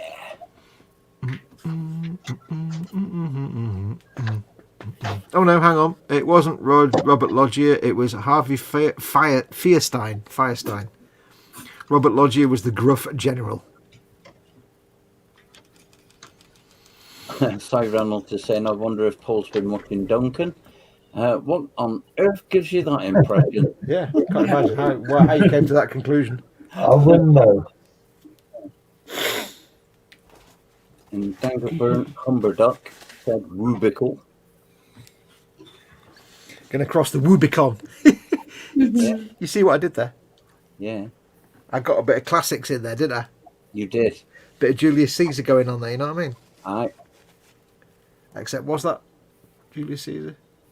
Yeah. I do believe it was. Yeah, crossing the Rubicon with his army, it was his declaration of war, and completely made of rubber. Cairo, 1913. War. Oh, I've got a really runny nostril, only one. It's really weird. Well, I'm going to love you and leave you, chaps, to it. all right, so... Okay. because it's past my bedtime. Ah, yes, I should go to bed soon, Cool. probably. I'm back on at 12, aren't I? I'm back on for the. Yeah. I should hopefully be back on at 3, but it depends what state Mama Fox is in. So Yeah. Well, you keep me posted on that one, mate. yeah, I mean I'll queue up a stream anyway, but it'll either go live or it'll be cancelled at the last minute. So I cannot assume anything at the moment. No, never assume. No, if you assume, you just make an ass of Dad. Yeah. Oh no, that's not how it works. Wait, no, you and me. Sorry, that's how it works. Night, sir. Bye, Sue. Right, Bye, Dad. See you When you come later. back, bring pie. Bye. I tried to channel Weeble and Bob then, and it failed miserably. Pie, pie, pie, pie, pie, pie. Nobody gets Weeble and Bob jokes, or very few people understand what Weeble and Bob actually is. No. It's very sad.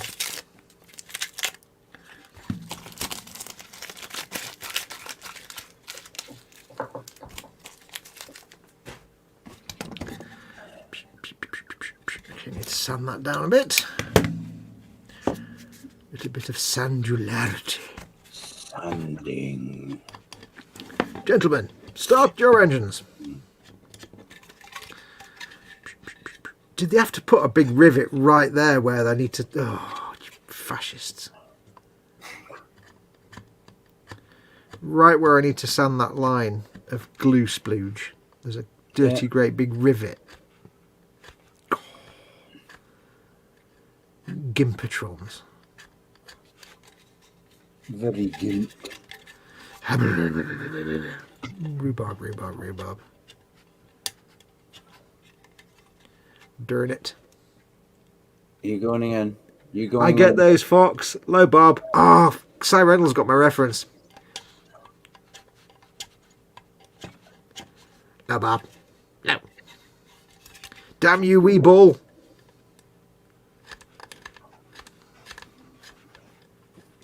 Cy Reynolds is clearly a man of wit and sagacity, if he knows what Weeble and Bob is. I always said it's not true what they say about you, Cy.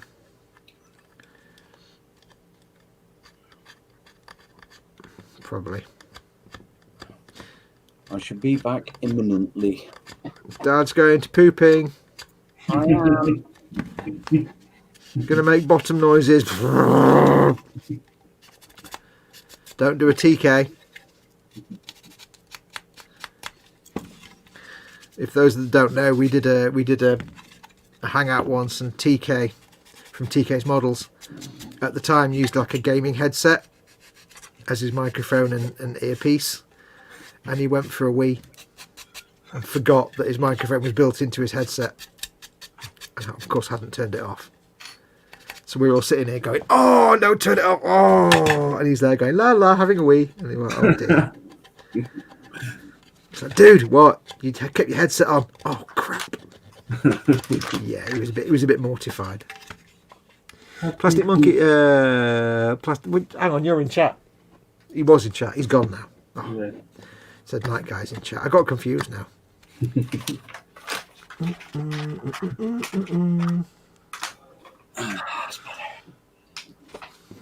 Did you wiggle it, Dad? I did. Good lad. Just a little bit. How'd you do it that fast with the dewdrop and everything else? Eh? Being a man of a certain age. Being what? Do you not have to sit there for 10 minutes waiting for the last few drops, like being of a certain age? Even I've got to that point now, and I'm not that old yet. Yeah. You do, you're right. It's the one thing about getting old. No longer can I just, wash and go anymore. I have to stand there and wait for a minute just in case of any last minute surprises. Johnny's off too, saying good night, everybody. See most of you tomorrow. Yeah, see you tomorrow, Johnny. Take care, buddy. See you on the morrow. Did anyone go and listen to Tiny Tim in chat? Did any of you go and listen to it while you're watching? If you haven't, please do. Go and do it now. Go and do it now. Now. Go and do it now. I want to scar someone. Seriously, I need someone to be scarred by it.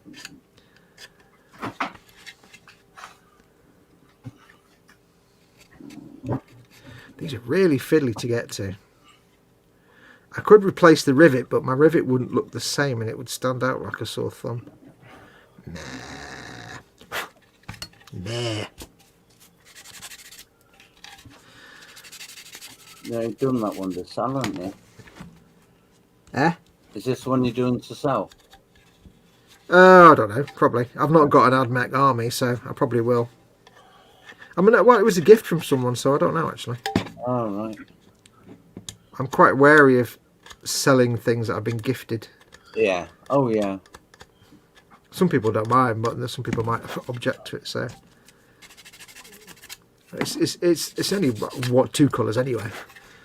So... I've just had a notification that I'm live on my channel. Are you live on your channel, Dad? Yeah. It's a miracle. It's a miracoloso. It's only like 6 hours late. Impossible. Oh. Yeah, Scotty Scale Studio. Yeah, absolutely. Tiny Tim on there laughing. Yeah. Brilliant. God, I can't remember when I actually last saw Rowan and Martin. I must have been about 5. Yeah. Good God, there's a flash from my past. Yeah. Rowan and Martin's laughing. Jesus Christ. And I'm British, and even I remember Rowan and Martin's laughing. Yeah, and me. Oh, yeah. Oh. Trying to think of some of the things from it, and I can't remember them now. There was the German soldier that was like, very interesting. Yeah. But Jewish. Or whatever it was he used to say. Wait a minute. Then there was the poet as well, wasn't there? They had little bloke. I don't remember anything more than that. Very interesting. So by Henry Blah. You read a bit of a poem out. You're a poet and you know it. Mm-hmm. I can glue these other bits on now. Yes. Excellent. I can spang that on there. Yeah, Art Johnson played the German guy. Yeah. Mm-hmm. He was the one that looked... There was one guy on it that looked a bit like the guy that played Norman Bates in Psycho, but I can't remember his name. That might have been Art Johnson. Quite possibly. I think he played the German guy. I don't know. I could be wrong.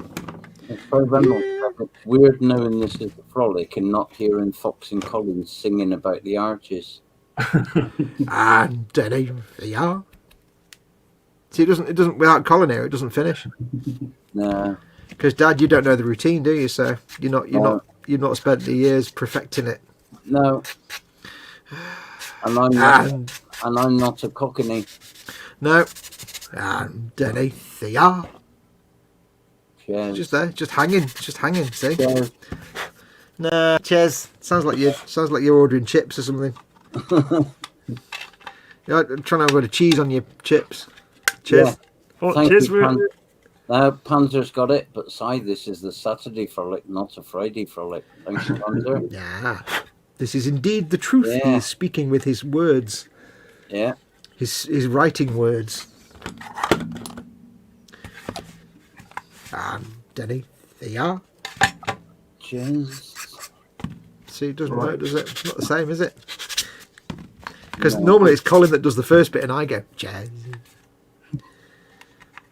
Can you do a deep, gravelly voice, Dad? No. No? I can, but it hurts. It literally hurts. Denny, I can't do it for long. It makes something break inside me. No. I couldn't live in New York. Hey, what are you trying to do here? I couldn't live in New York. I'll tell you what I found recently, which has vastly amused me. While I was, desperate for distraction, so I was watching all kinds of stuff on YouTube. Not only did I find things like Around the World with Willy Fogg and Dogtanian, you can actually legitimately watch all the episodes on YouTube, on the production company's YouTube channel.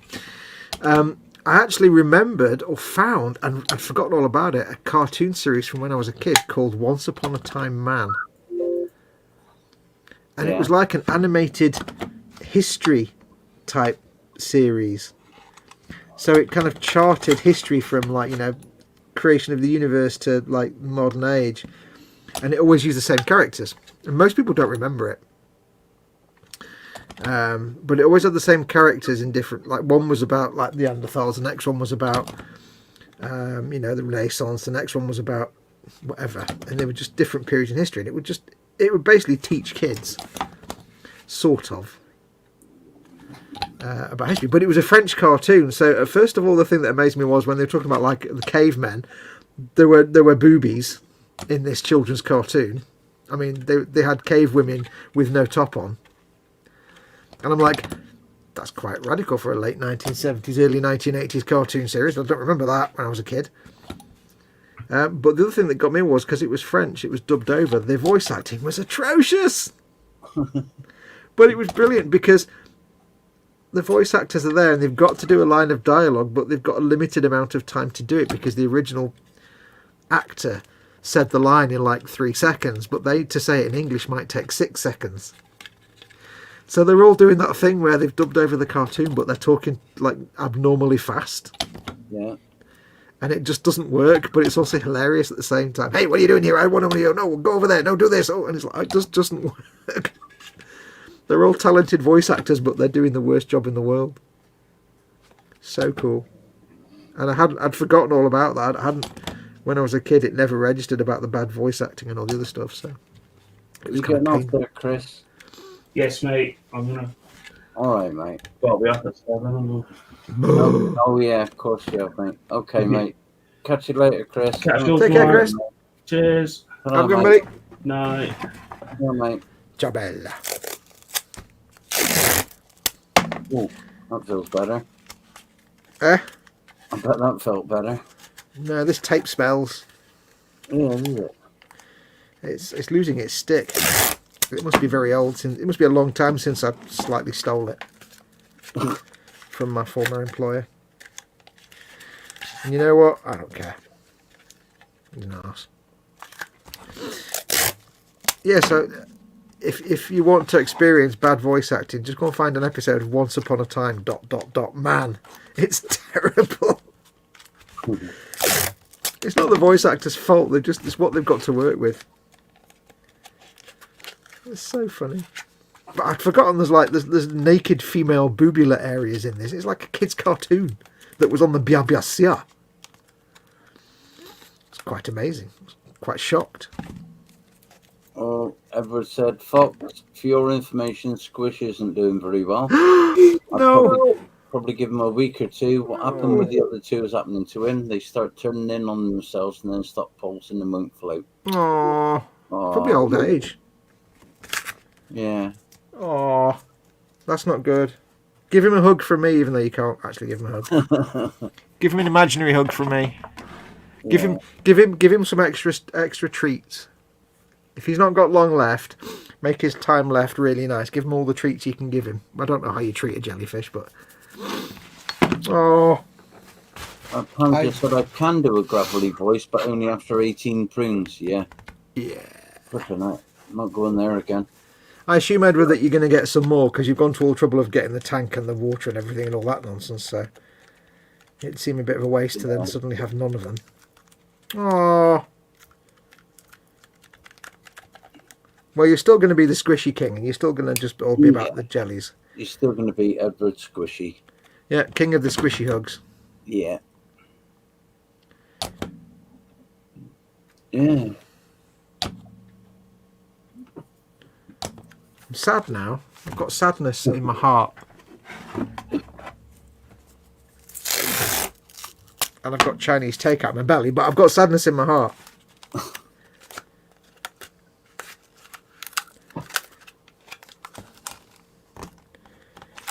Mama Fox wasn't feeling so great today. And, well, at first I thought she wasn't feeling so great, but when I mentioned Chinese takeaway, she suddenly became quite animated at all of it. I'm like, somebody was milking it this morning, I think. Oh, I can't get out of bed. I've got a cold. I don't feel. I've got a cold, and I've stayed in bed. All right, okay. Yeah. Do you want some Chinese food? Yeah. Oh. Bless her.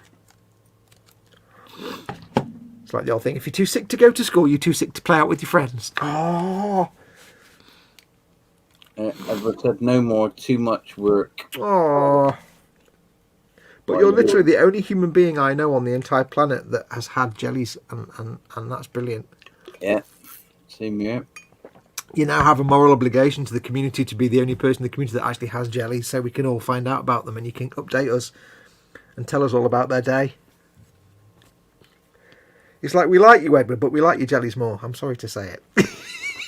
Oh. I'm only joking. He said it was a bucket list thing. He'll sell everything and cut his losses.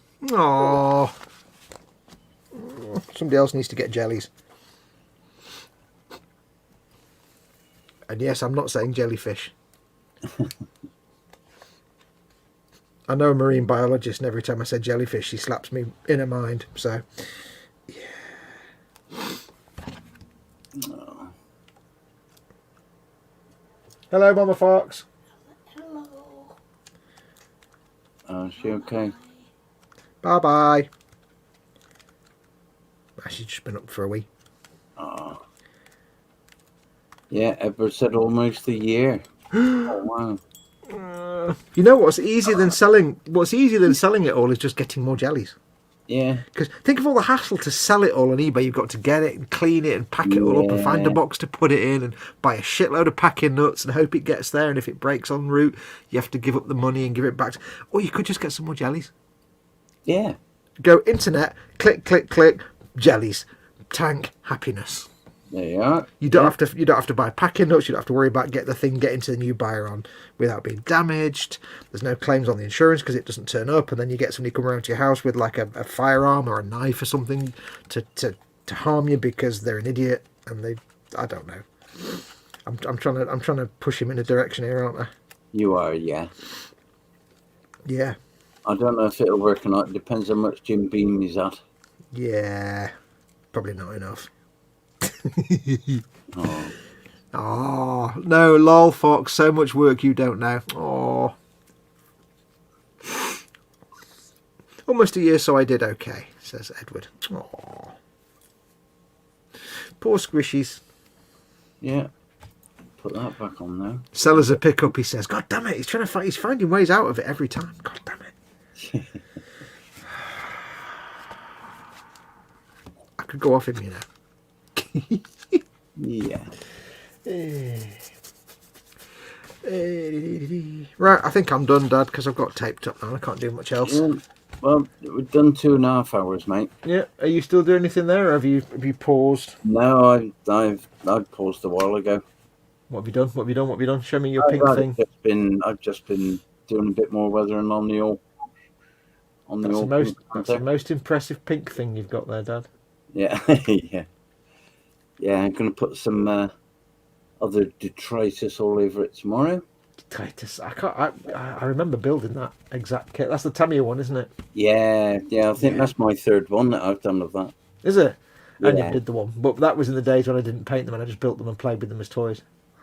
Yeah, I mean, we'd done this one primarily because it was a buddy build with Sue, and they're nice kits to build.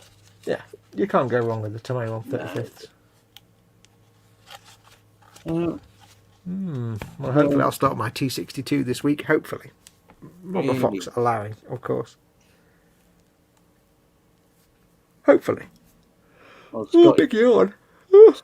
Scott, you said good night, everyone. I'll check in from the hotel stops while on the road to Massachusetts. See you all soon. Massachusetts. Burpage. Yeah, safe journeys. Good luck with your move. Wendy's up as well, saying good night to everyone. Take care, Wendy. Yeah, take care, Wendy, and all the rest of you. Yeah. You can tell that burp was loud. It's cutting through. I can hear myself on your speakers because it's boosted the volume now. Okay. Whenever I do a loud burp, I came through on your speakers for about a minute afterwards. Yeah. Yeah. See, it stopped now. Oh no, I must just push my way through. Get out of the way. And I can feel a Trump brewing just as we're about to stop as well. It's always the way.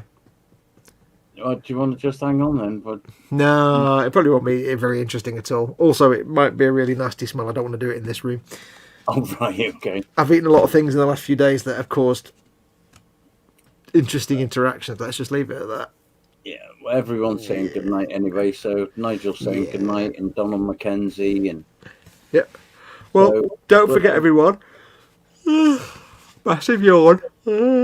Sorry. Don't forget, everyone.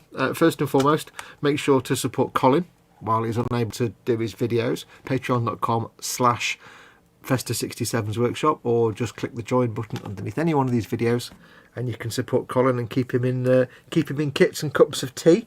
And you can support our channels as well. Obviously, mine is patreon.com/modelmakingguru. You on Patreon, Dad? is /Scaly Models. Yeah, so you can support us all. And we've got join buttons underneath our video contents as well, so support us as well. But yeah, importantly, support Colin while he's recovering from his surgery, because he can't make any videos. Right? He's got a few that are going up on timers. You'll see one went up today, I think. So he's obviously scheduled some in ahead, but he's not making new content right now, and he's going to be out of circulation for a good few weeks. So let's give him all the help we can. Yeah. No, and everyone. Yeah, take care, everyone. Thank you for watching. We'll see you all on the brunch later. Or... in about 10 minutes. Yeah, it feels like it, yeah. Bye. Take care, everyone. Bye.